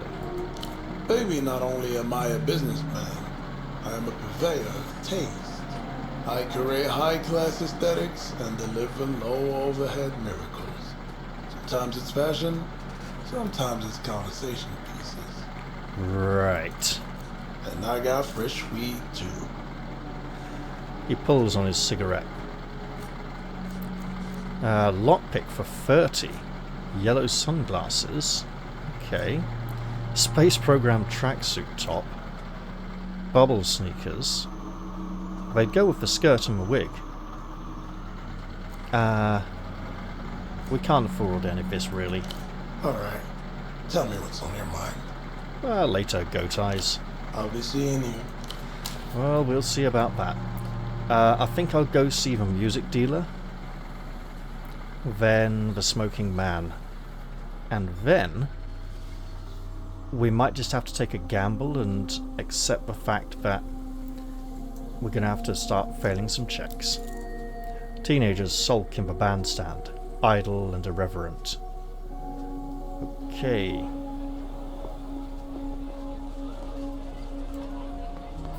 Well, we were dressed like a rather silly tourist. Yeah, taking off the coat will really ruin our chances of the guy, but hey. I can't remember what the check was. White checks. None. Locked white checks are showing... okay, damn it. Okay.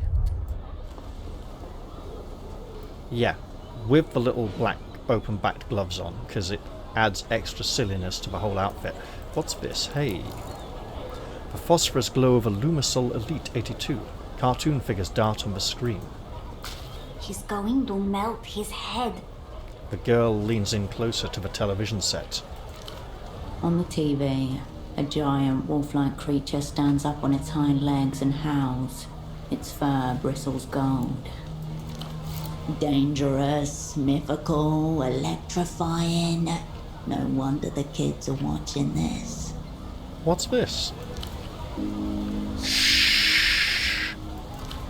Suddenly, the beast roars and light floods the screen. It's followed by a wet, pulpous sound. Did his head melt? Ecstatic wolf is awake. The boy grins at the television, gripping the toy sword on his belt a little tighter. Or is he the one whose head is about to be melted? LED lights are distributed evenly along the blade. Durable PVC hilt with textured grip. Impressive armament. Expensive. Nice sword. Where's it from now? What are you watching? Wolves. He points at the screen. It's 66 wolves, and it's our favorite thing in the whole world. She spreads her arms. Tell me about these cool, violent wolves. Tell me more about these cool, violent wolves at once. It's about a girl who has 66 chambers in her heart, and each one contains a wolf. And the wolves came out to make war with the angels. Okay. Each wolf has a special weapon, and they have super violent special attacks too. Right. On the screen, a headless lupine figure, standing on its back legs, shakes violently. Blood pours from its neck as flesh reknits itself. Wait, is that thing regrowing its head? That's Loathing Wolf. Another wolf cut his head off because it's the tournament art. But he didn't know Loathing Wolf can heal fast. Loathing Wolf's not even strong, but he can be scary. That sounds pretty intense. Like when Weary Wolf ate an angel. But she did it slow because she was angry.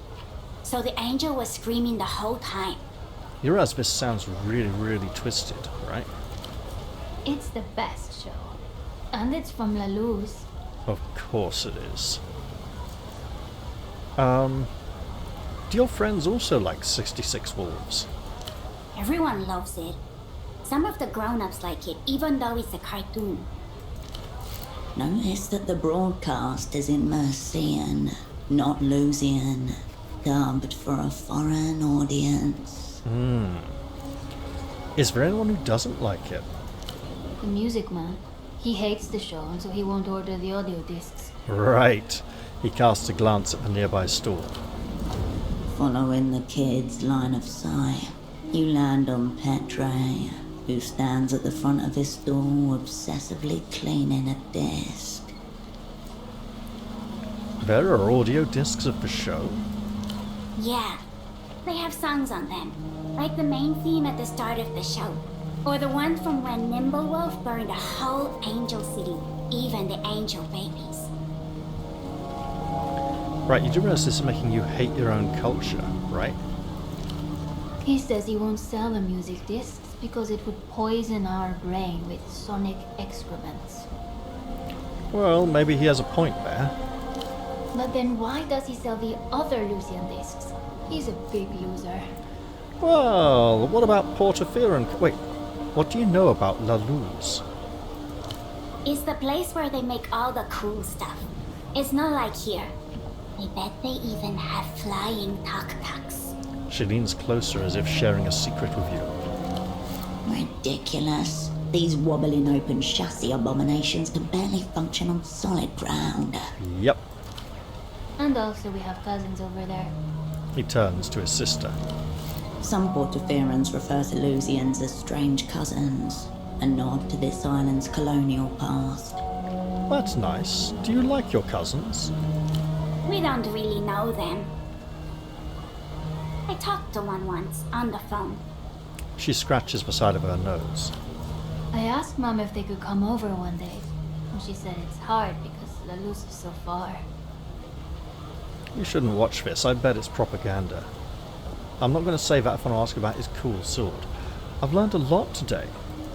But we barely told you anything. We can tell you everything about 66 Wolves. So you can just ask, okay? Maybe I shouldn't. That's some serious weaponry, kid. It's Pathos Wolf's flaming claymore. These kids are lost.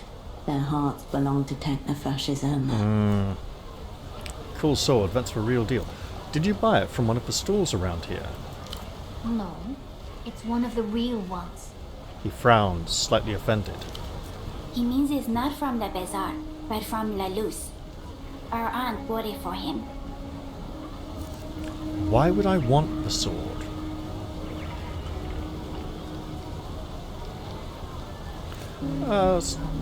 See you later, kids. The children ignore you, entranced by the television. Yeah, they're a lost cause. Now, while I have money... Oh, it's you. Let's get back to those accessories. What takes your fancy? Okay, gloves help coordination. Boots help blueprints. Hat helps cold read. Glasses entanglement. Mr. Artista hairset. Nerve of custom lab. No. Okay. You need anything else? Not now. Thanks for stopping by. She retreats back into herself. And yet she sells all these outgoing party fun things. Excuse me, dear sir. Welcome back, my good Ripley. Technoflex, eh? 58%. Do we want to push it? You know, our delirium is nice and low. Sure.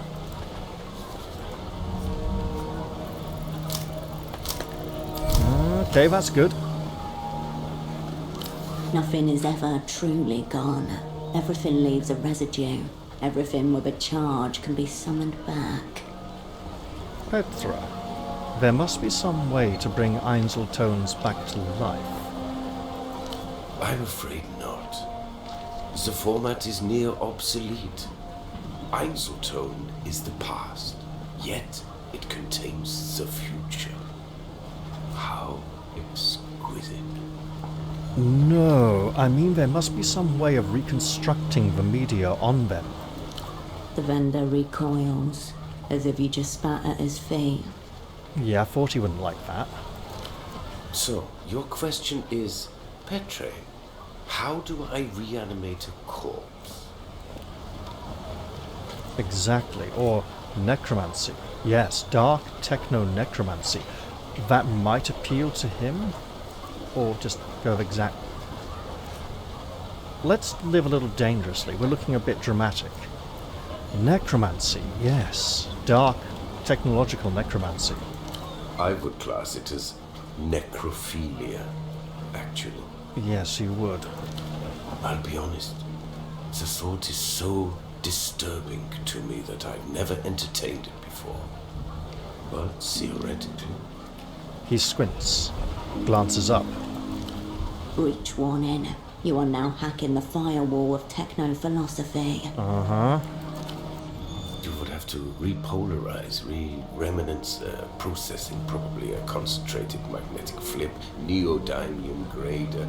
It would involve some custom gear, no doubt, but my answer to your distressing question is yes. I think you could. Wouldn't that recapture the potential that you love so much? Recapturing something that's already gone? Hopeless, I think. And grotesque. Don't ask me about this again.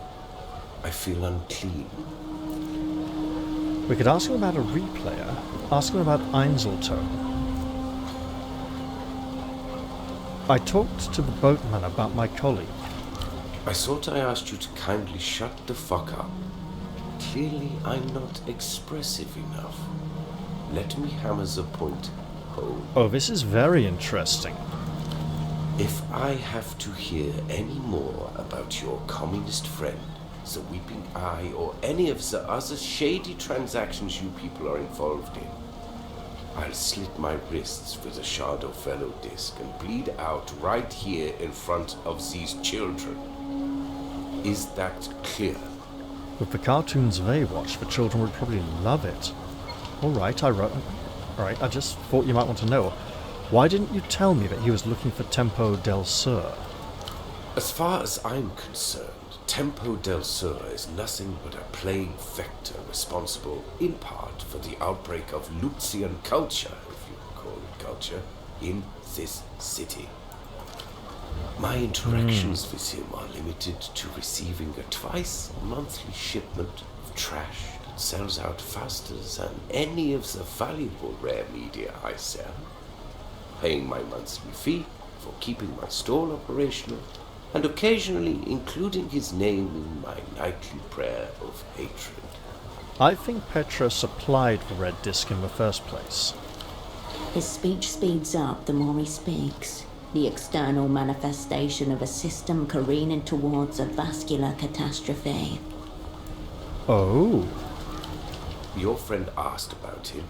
I passed him on to the boatman.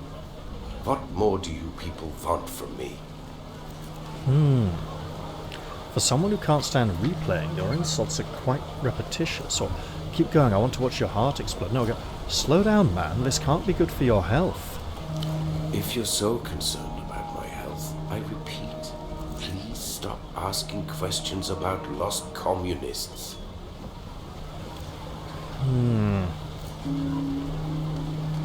About these Einzeltone discs. You'd like to hear more? You can play them only once. What happens to the Einzeltone disc once its contents are erased? What does the XR stand for? True. X remnants. 0 remnants. pretty esoteric term we've got here. Just roll with it. Remnants. The aftermath of a magnetic charge once you take the field away. The Einzelton magnets are so potent that the erasure is absolute. The X is meant to represent the negative, the complete absence of sound or vision. This was a very conceptual time for storage media, you understand. Caught a Pharaoh at the break of the 60s. A teenage boy sits on his bed and gazes at a full-page magazine ad for a brand new single-play format. The crimson of the disc spellbinds him. Excited thumbs leave sweat prints on the page. Below the spotlit red disc in bold-faced text, with Einzel Tone XR, the first time is the only time. The boy's lips trace the words in awe. This must have been quite a forming experience for him. It was a very beautiful time, too. What happens to the Einzelton disc once its contents are erased? It loses its resale value, and the uninspired replayer who listened to it loses a piece of their soul. Would trying to re-listen to an empty disc cause excruciating psychic damage? Would propping your dead grandmother up and trying to have a conversation with her corpse cause psychic damage? Of course it would. Unless you were a monster. Irreparable. Mystery solved. Pseudopod listened to a priceless tape and lost his soul. Alright, enough about the one true format. Would have been nice to pass that, but hey, we can't have everything. I wouldn't expect a replayer like you to understand. Alright, I'll catch you later, Petra. Sure.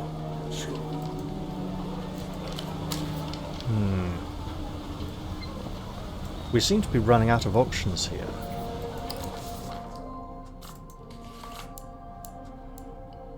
We can't get the tool from the workman. That is bothersome. We do want to remove the ball, but it feels like we should try and use the terminal for something.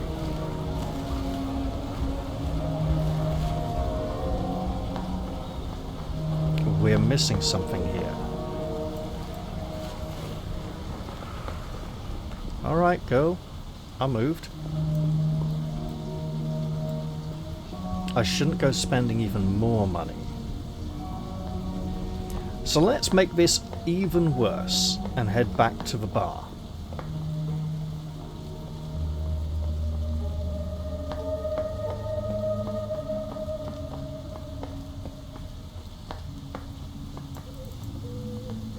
Disaster City, here we come.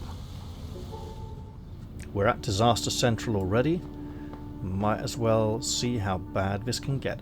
Oh, we can go up these stairs. Let's do that.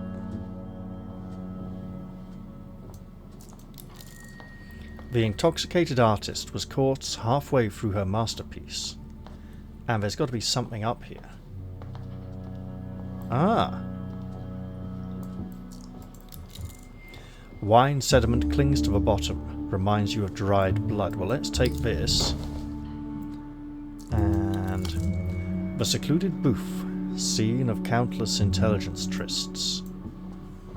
We've had lots of meetings up here. Well, let's go make things even worse. We already look like a dismal failure. Might as well embrace the part. Hello again. What'll it be? Leave it for now. Drink up. We close soon. They never seem to be closed. Alright, my friend, you have my interest. Upright. Information. I need some. Forewarned is forearmed.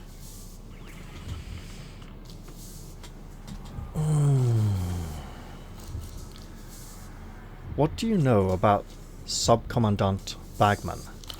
Local television personality. Though his accent suggests origins in the People's Republics. Lavendy, I'd say. The PR Lavendy, the less socially developed neighbor of the PR Kohila. Okay. Obviously a lunatic, an addict of some sort. I'd keep my distance, were I you.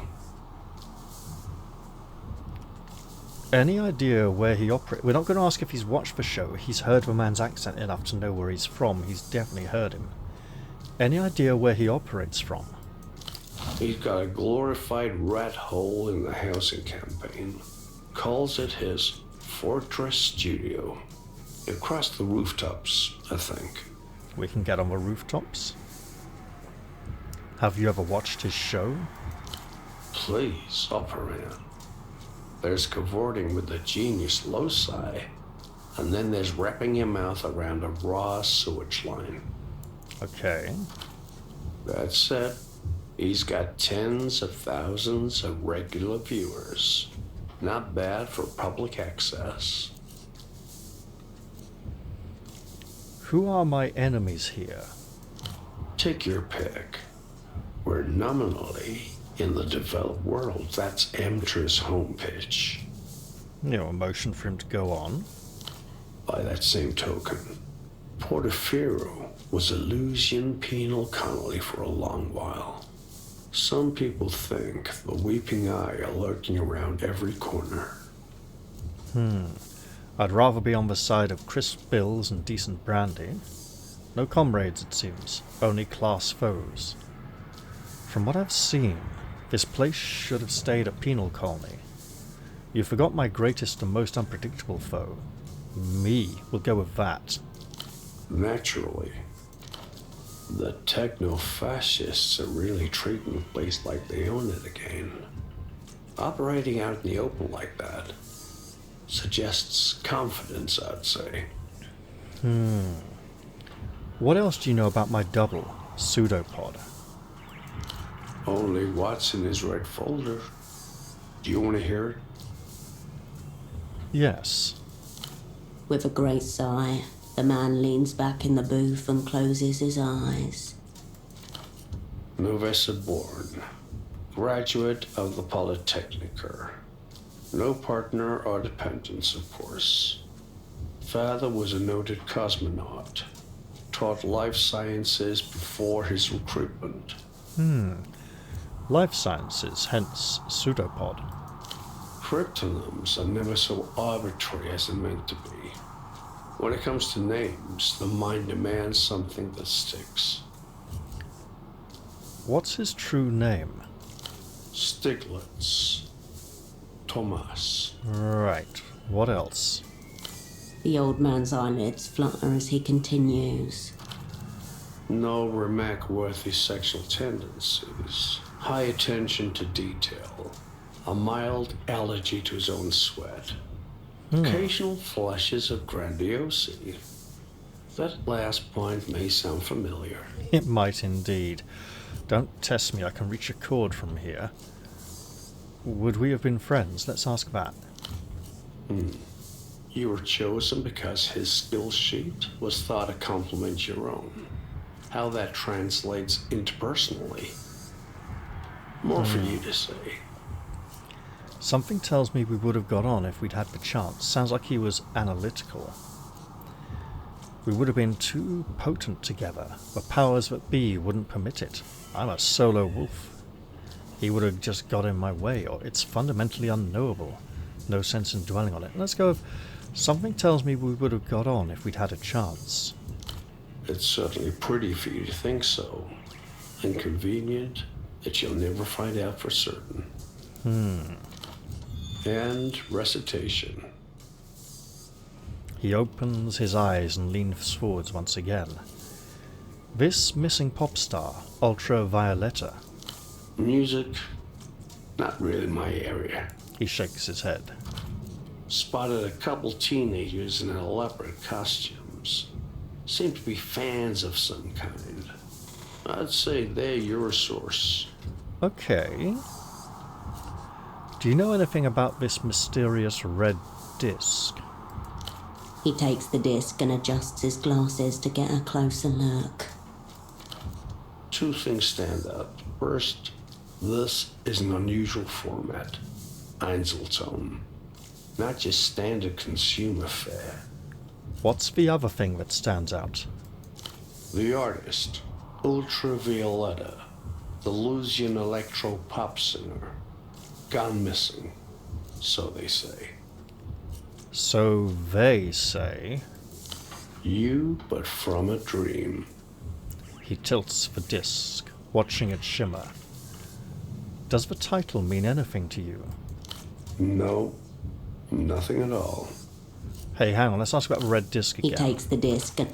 Two things stand out. I'm pretty sure this took out my double. Isn't that right? Solid stagecraft, I'd say. He turns the disc over. Spoken like an artist admiring a rival's technique. It wasn't me, but thank you for the appreciation. I wasn't talking about you. I didn't imagine you were. The artist, Ultravioletta, the Lusian electro pop singer. Gone missing, so they say. Who are they? Anyone exposed to mass culture in the last few weeks? I hope you're not expecting a list. You, but from a dream. Alright, we're back to this. No, nothing at all. Well, that's enough information for now. No such thing in my experience. Later, Houseman. Is there a way of getting back to that offer he made? I can't remember. Till next time, operand. Alright, we seem to be not doing too great, and could definitely improve our shadow play.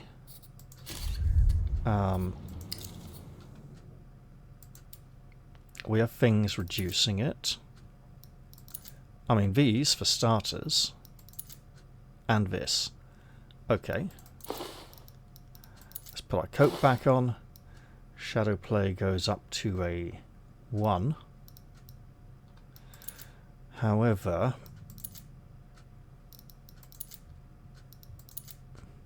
maybe get that doppelgang up again. We may need it.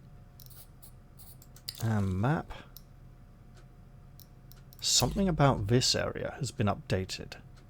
Presumably the drug dealer.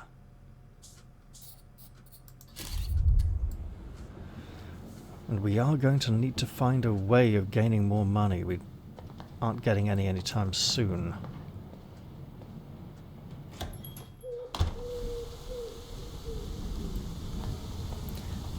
I want to... yeah, not... Hang on. Teenagers, you say? This is the wrong one, isn't it? Hey, who are you? She taps her heels against the wall, keeping an inaudible beat. I need to come down here. There's a teenager whose tooth I extracted recently, which makes him highly unlikely to be, well, to cooperate with me. I persuaded him. It makes him look rugged and handsome. Oh, you're back. I need your tool, and you seem unwilling to give it to me. The chant.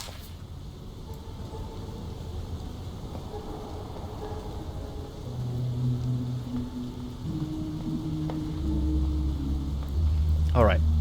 The teenage boy nods hesitantly as you approach. Would you like your tooth back? Odd question, but Doctor doesn't seem to want it anymore. Yeah, maybe somebody can put it back in. We'll give him the tooth. He stares at the bloody piece of enamel on his palm. Cool. We can't ask him about the music. See you around.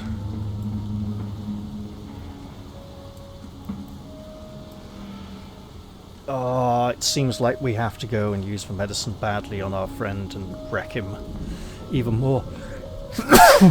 Oh dear.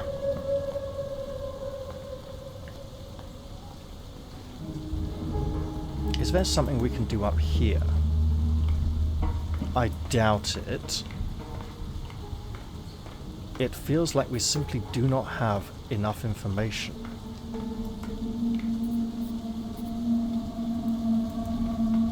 You step up to the terminal again. Nope. You close the box.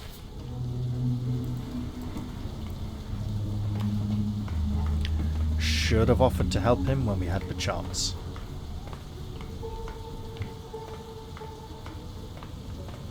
I do feel like I'm running into a lot of dead ends here, and that progressing the way, through the obvious ways will close off options to me.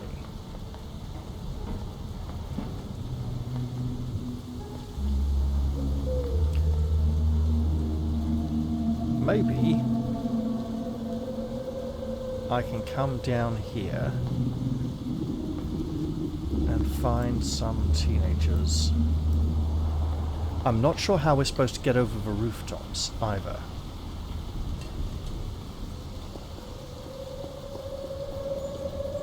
Oh, I can think of at least 2 ways. Staring at you blind across a gulf of alcohol poisoning. Okay, let's move away.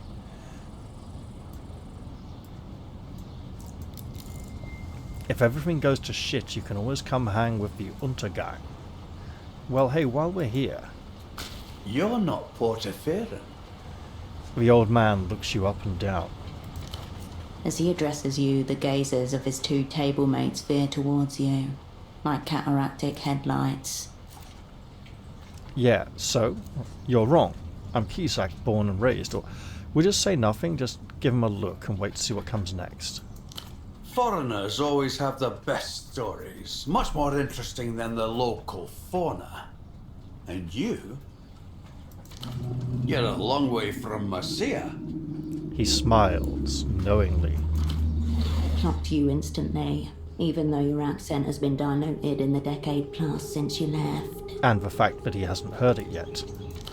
What happened, sugar tits? You get lost? Or are you just looking for company? Kill this lecherous geriatric. Nah.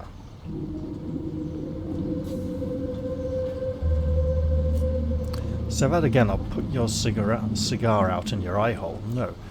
Pretend this is a public service. A wellness check for the impotent and friendless. Bloody hell. Whatever, I got questions you got. Now we go with this. Silent thus far, the third man says nothing but grows visibly excited. Fair warning. Between us, we've only got a few salt to our names. That's alright. I've got Sorrel as well. Animals. That's how it is with most pilots, though. Here. A shot glass slides across the table to you. More than a courtesy. He's establishing hierarchies. You and him, human. His companions, subhuman. I'm not going to say if they're animals, why do you hang out with them? We'll just say, cheers, animals, and drink. Schnaps. It washes stinging down your throat, followed by a... We're all strangers in this city. Why don't you join us? We've got nothing better to do. At least until the phone hugger over there fucks off or dies. He gestures over his shoulder, so they're all waiting to use the phone line. Not 10 meters away, a young man clutches the payphone to his ear, whispering urgently. If you're pilots, why are you on the ground? The phone hogger you mentioned, what's his deal? I'm looking for a colleague, a sock importer from the superblock. Let's ask about the phone liner first. The phone hogger you mentioned, what's his deal? Just another foreign money, man. City's been full of them lately. Stuck up little shit. Strolled in one evening, couple of nights back, picked up the phone and hasn't let go of it since. Maybe we should interrupt him. We can mess with the phone line, which would hopefully make him let go. The third pilot emits a growl, both disgusting and disgusted. That was a growl, not an attempt to speak. He would be making the same noise if he could talk. Wait, who's he work for? Or what have you... No, we'll ask that, sure. Who cares, sugar? No one in a suit ever did any real work. Come on, foreign money men in this city? Enter, obviously. Ah, what have you got against him? We all want our turn, sugar. Even you. We saw you over there, getting your kicks in. Oh, you saw that, did you? Sorry about that. He's here every damn day. Stays on the line for hours. Doesn't care one bit if anyone else has had a turn or not. Only shuffles off once the sun sets.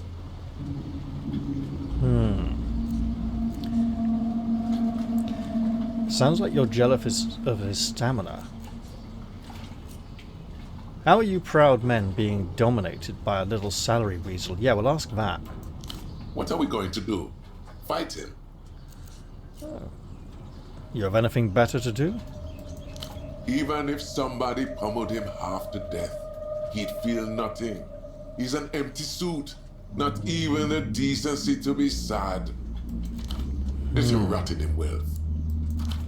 He's not rich, Slava. He just works for rich people. Ignore them, Mercier. They have no idea how money works. The old man rolls his eyes. I'm looking for... Got some questions for you about the miracle line. Please, sugar.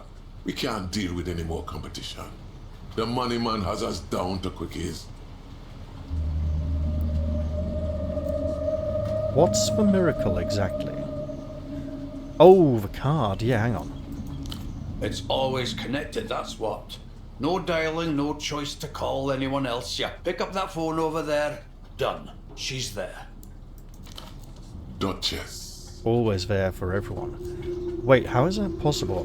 Right, so watch the catch. And it's a single person on the other end.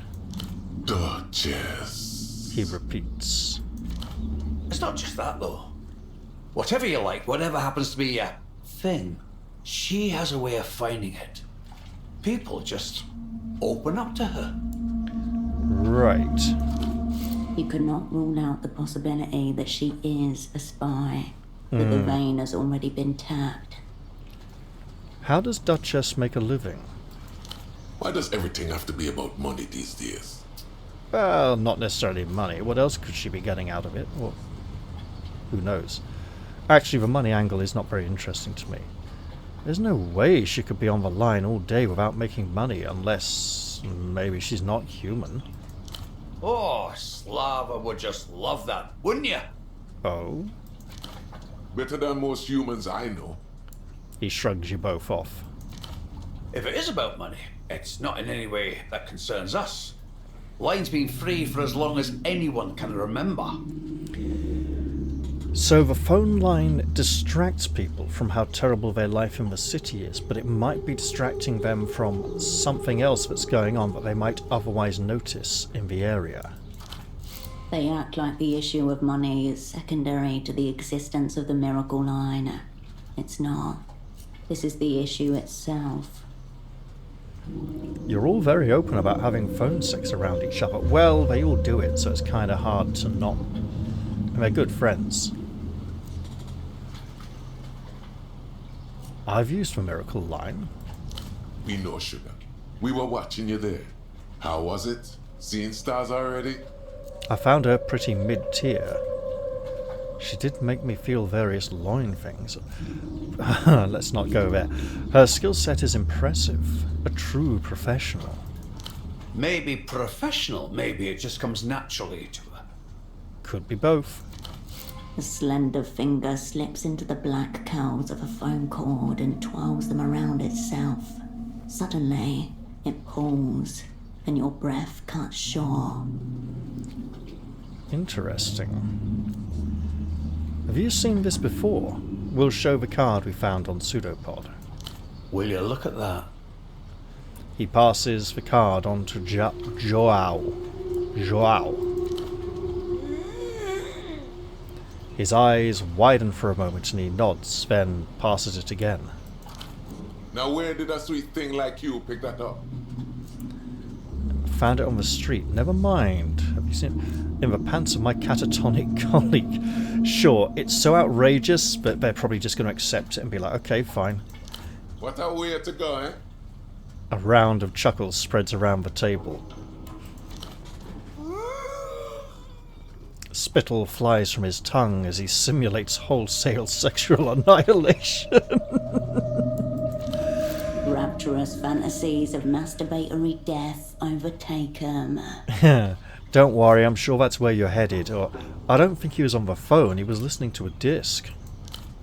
I've saved some recordings of Duchess to use privately, you know. Oh, really? To answer your question, you used to see a few of these floating around, but not for years.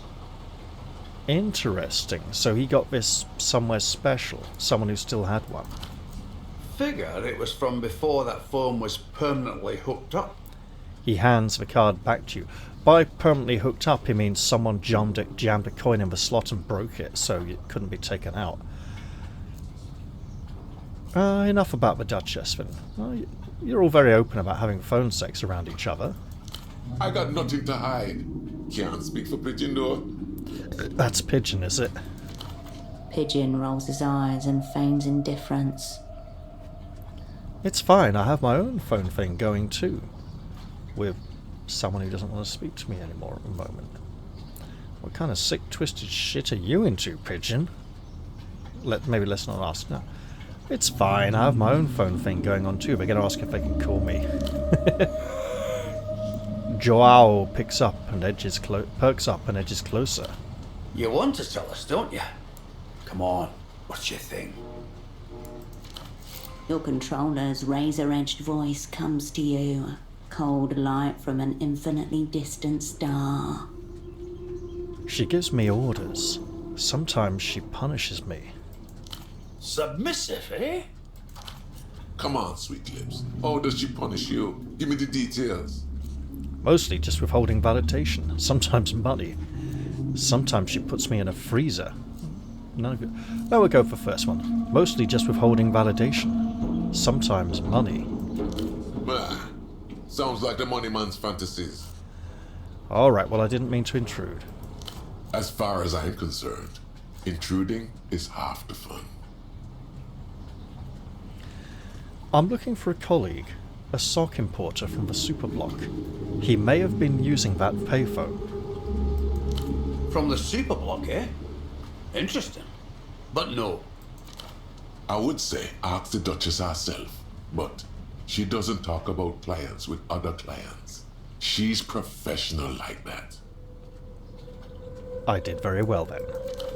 He knows because he's tried. I won't let them know that she confirmed they spoke. He would have been a visible foreigner too. Brown jacket, glasses.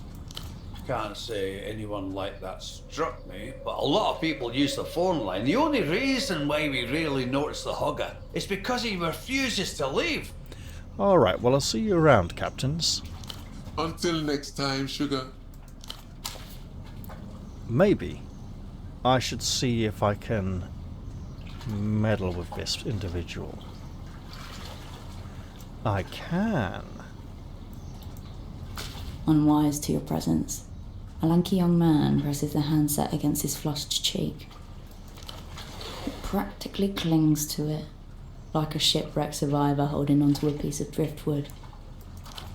I don't know how much time we have. You have to help me fill it in. A form? Whatever the person on the other end of the line has to say to that, it makes the man's eyes squeeze shut and his mouth slacken in a guttural groan. The line appears to be occupied. It does indeed. I can't possibly perform under these conditions. You have to make me.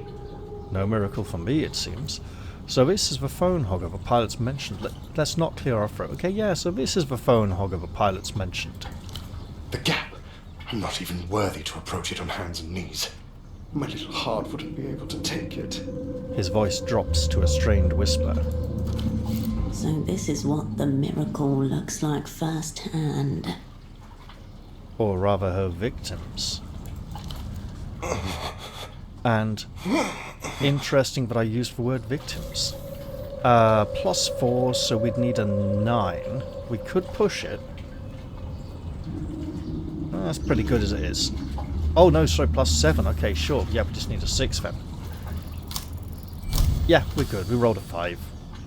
Plus whatever would make a 6. Perversion. Developed world variety. But what sort?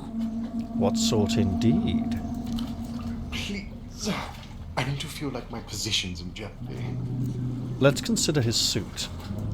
Wall de collage. Super 130. Looks more expensive than it feels. I should upgrade my professional wardrobe too. The man wedges his index finger between his tight collar and neck. Let's consider his body. Lanky, malnourished. His physical form is an object of abuse and neglect in equal measure. What has he neglected? His muscles and heart, evident in his poor posture and shallow breathing. In which case? Lanky, malnourished. His physical form is an object of abuse and neglect in equal measure. What has he abused? His lungs and liver foremost. You can tell by his one colour. He's messed up. Let's consider his soul. In a pretty bad state, I imagine. What comes to mind is a handkerchief, buffeted on a night wind, eternally in retreat from itself. Poor bastard. On the contrary, he's been making 250k a year since he was 22, plus benefits. The old pilot was correct. This man works for MTAR. I need to know that if I don't pull this off, billions of soul worth of international loans and investments may be at risk. Tell me you'll report me to human capital if I displease our counterparties. He whispers into a receiver. Now if you could just get his attention. Would that be wise? Oh, I think I forgot someone's title. Hey, are you going to be much longer? No response. He's too deep in his own world. Oh my god. You can't do that to me. But you really, really should.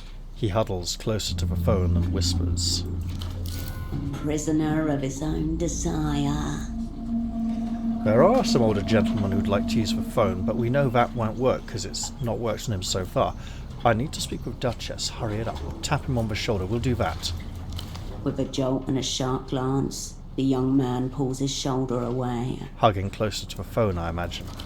This rocket is close to liftoff. No room for a co-pilot in that command capsule. You know so much, but I so little.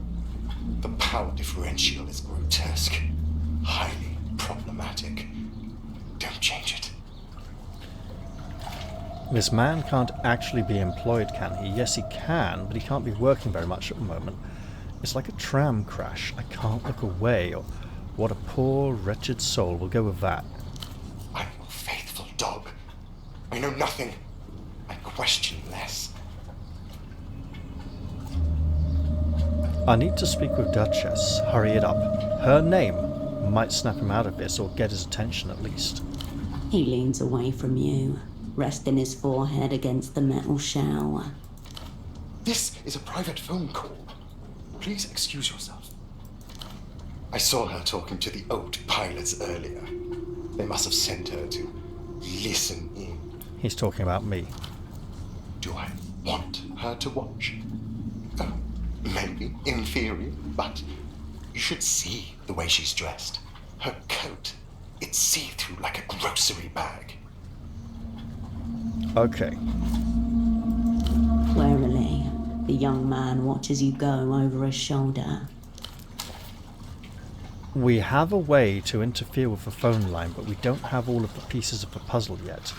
We also don't have a way of obtaining the electronic tool from the maintenance man.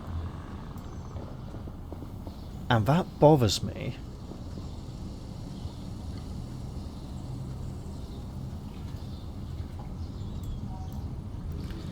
Let's see now. So we can get up here a bit. Let's just explore briefly. Because there was a test that showed up briefly around... Oh! A steel door is before you. Faint oxidation halos bloom across it, like algae on a sunken wreck. Let's knock. No response. A whisper beyond the doorframe. Ripples of frozen air, a shattered seal. 7 people stare through a window as an unseen hand taps at the glass. Let's try to open the door. It's locked. Of course it is. Nothing ever goes my way. This door isn't going any way currently. Enough door. You step back from the door. Intriguing.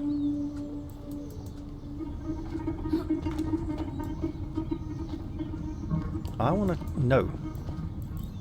to check if there are other doors I now have access to. This individual over here. No door. Okay.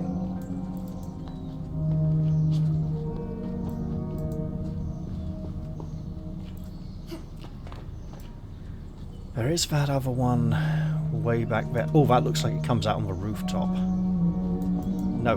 No. Game, let me go. That's better. I don't want to fetch the ball.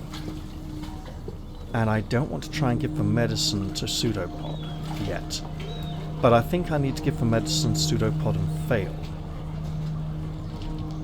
Because it's a pretty difficult task and there's not much point pushing it. Success would probably grant us something special, but also rare, and it's probably okay to fail. And I'm a little too focused on success right now.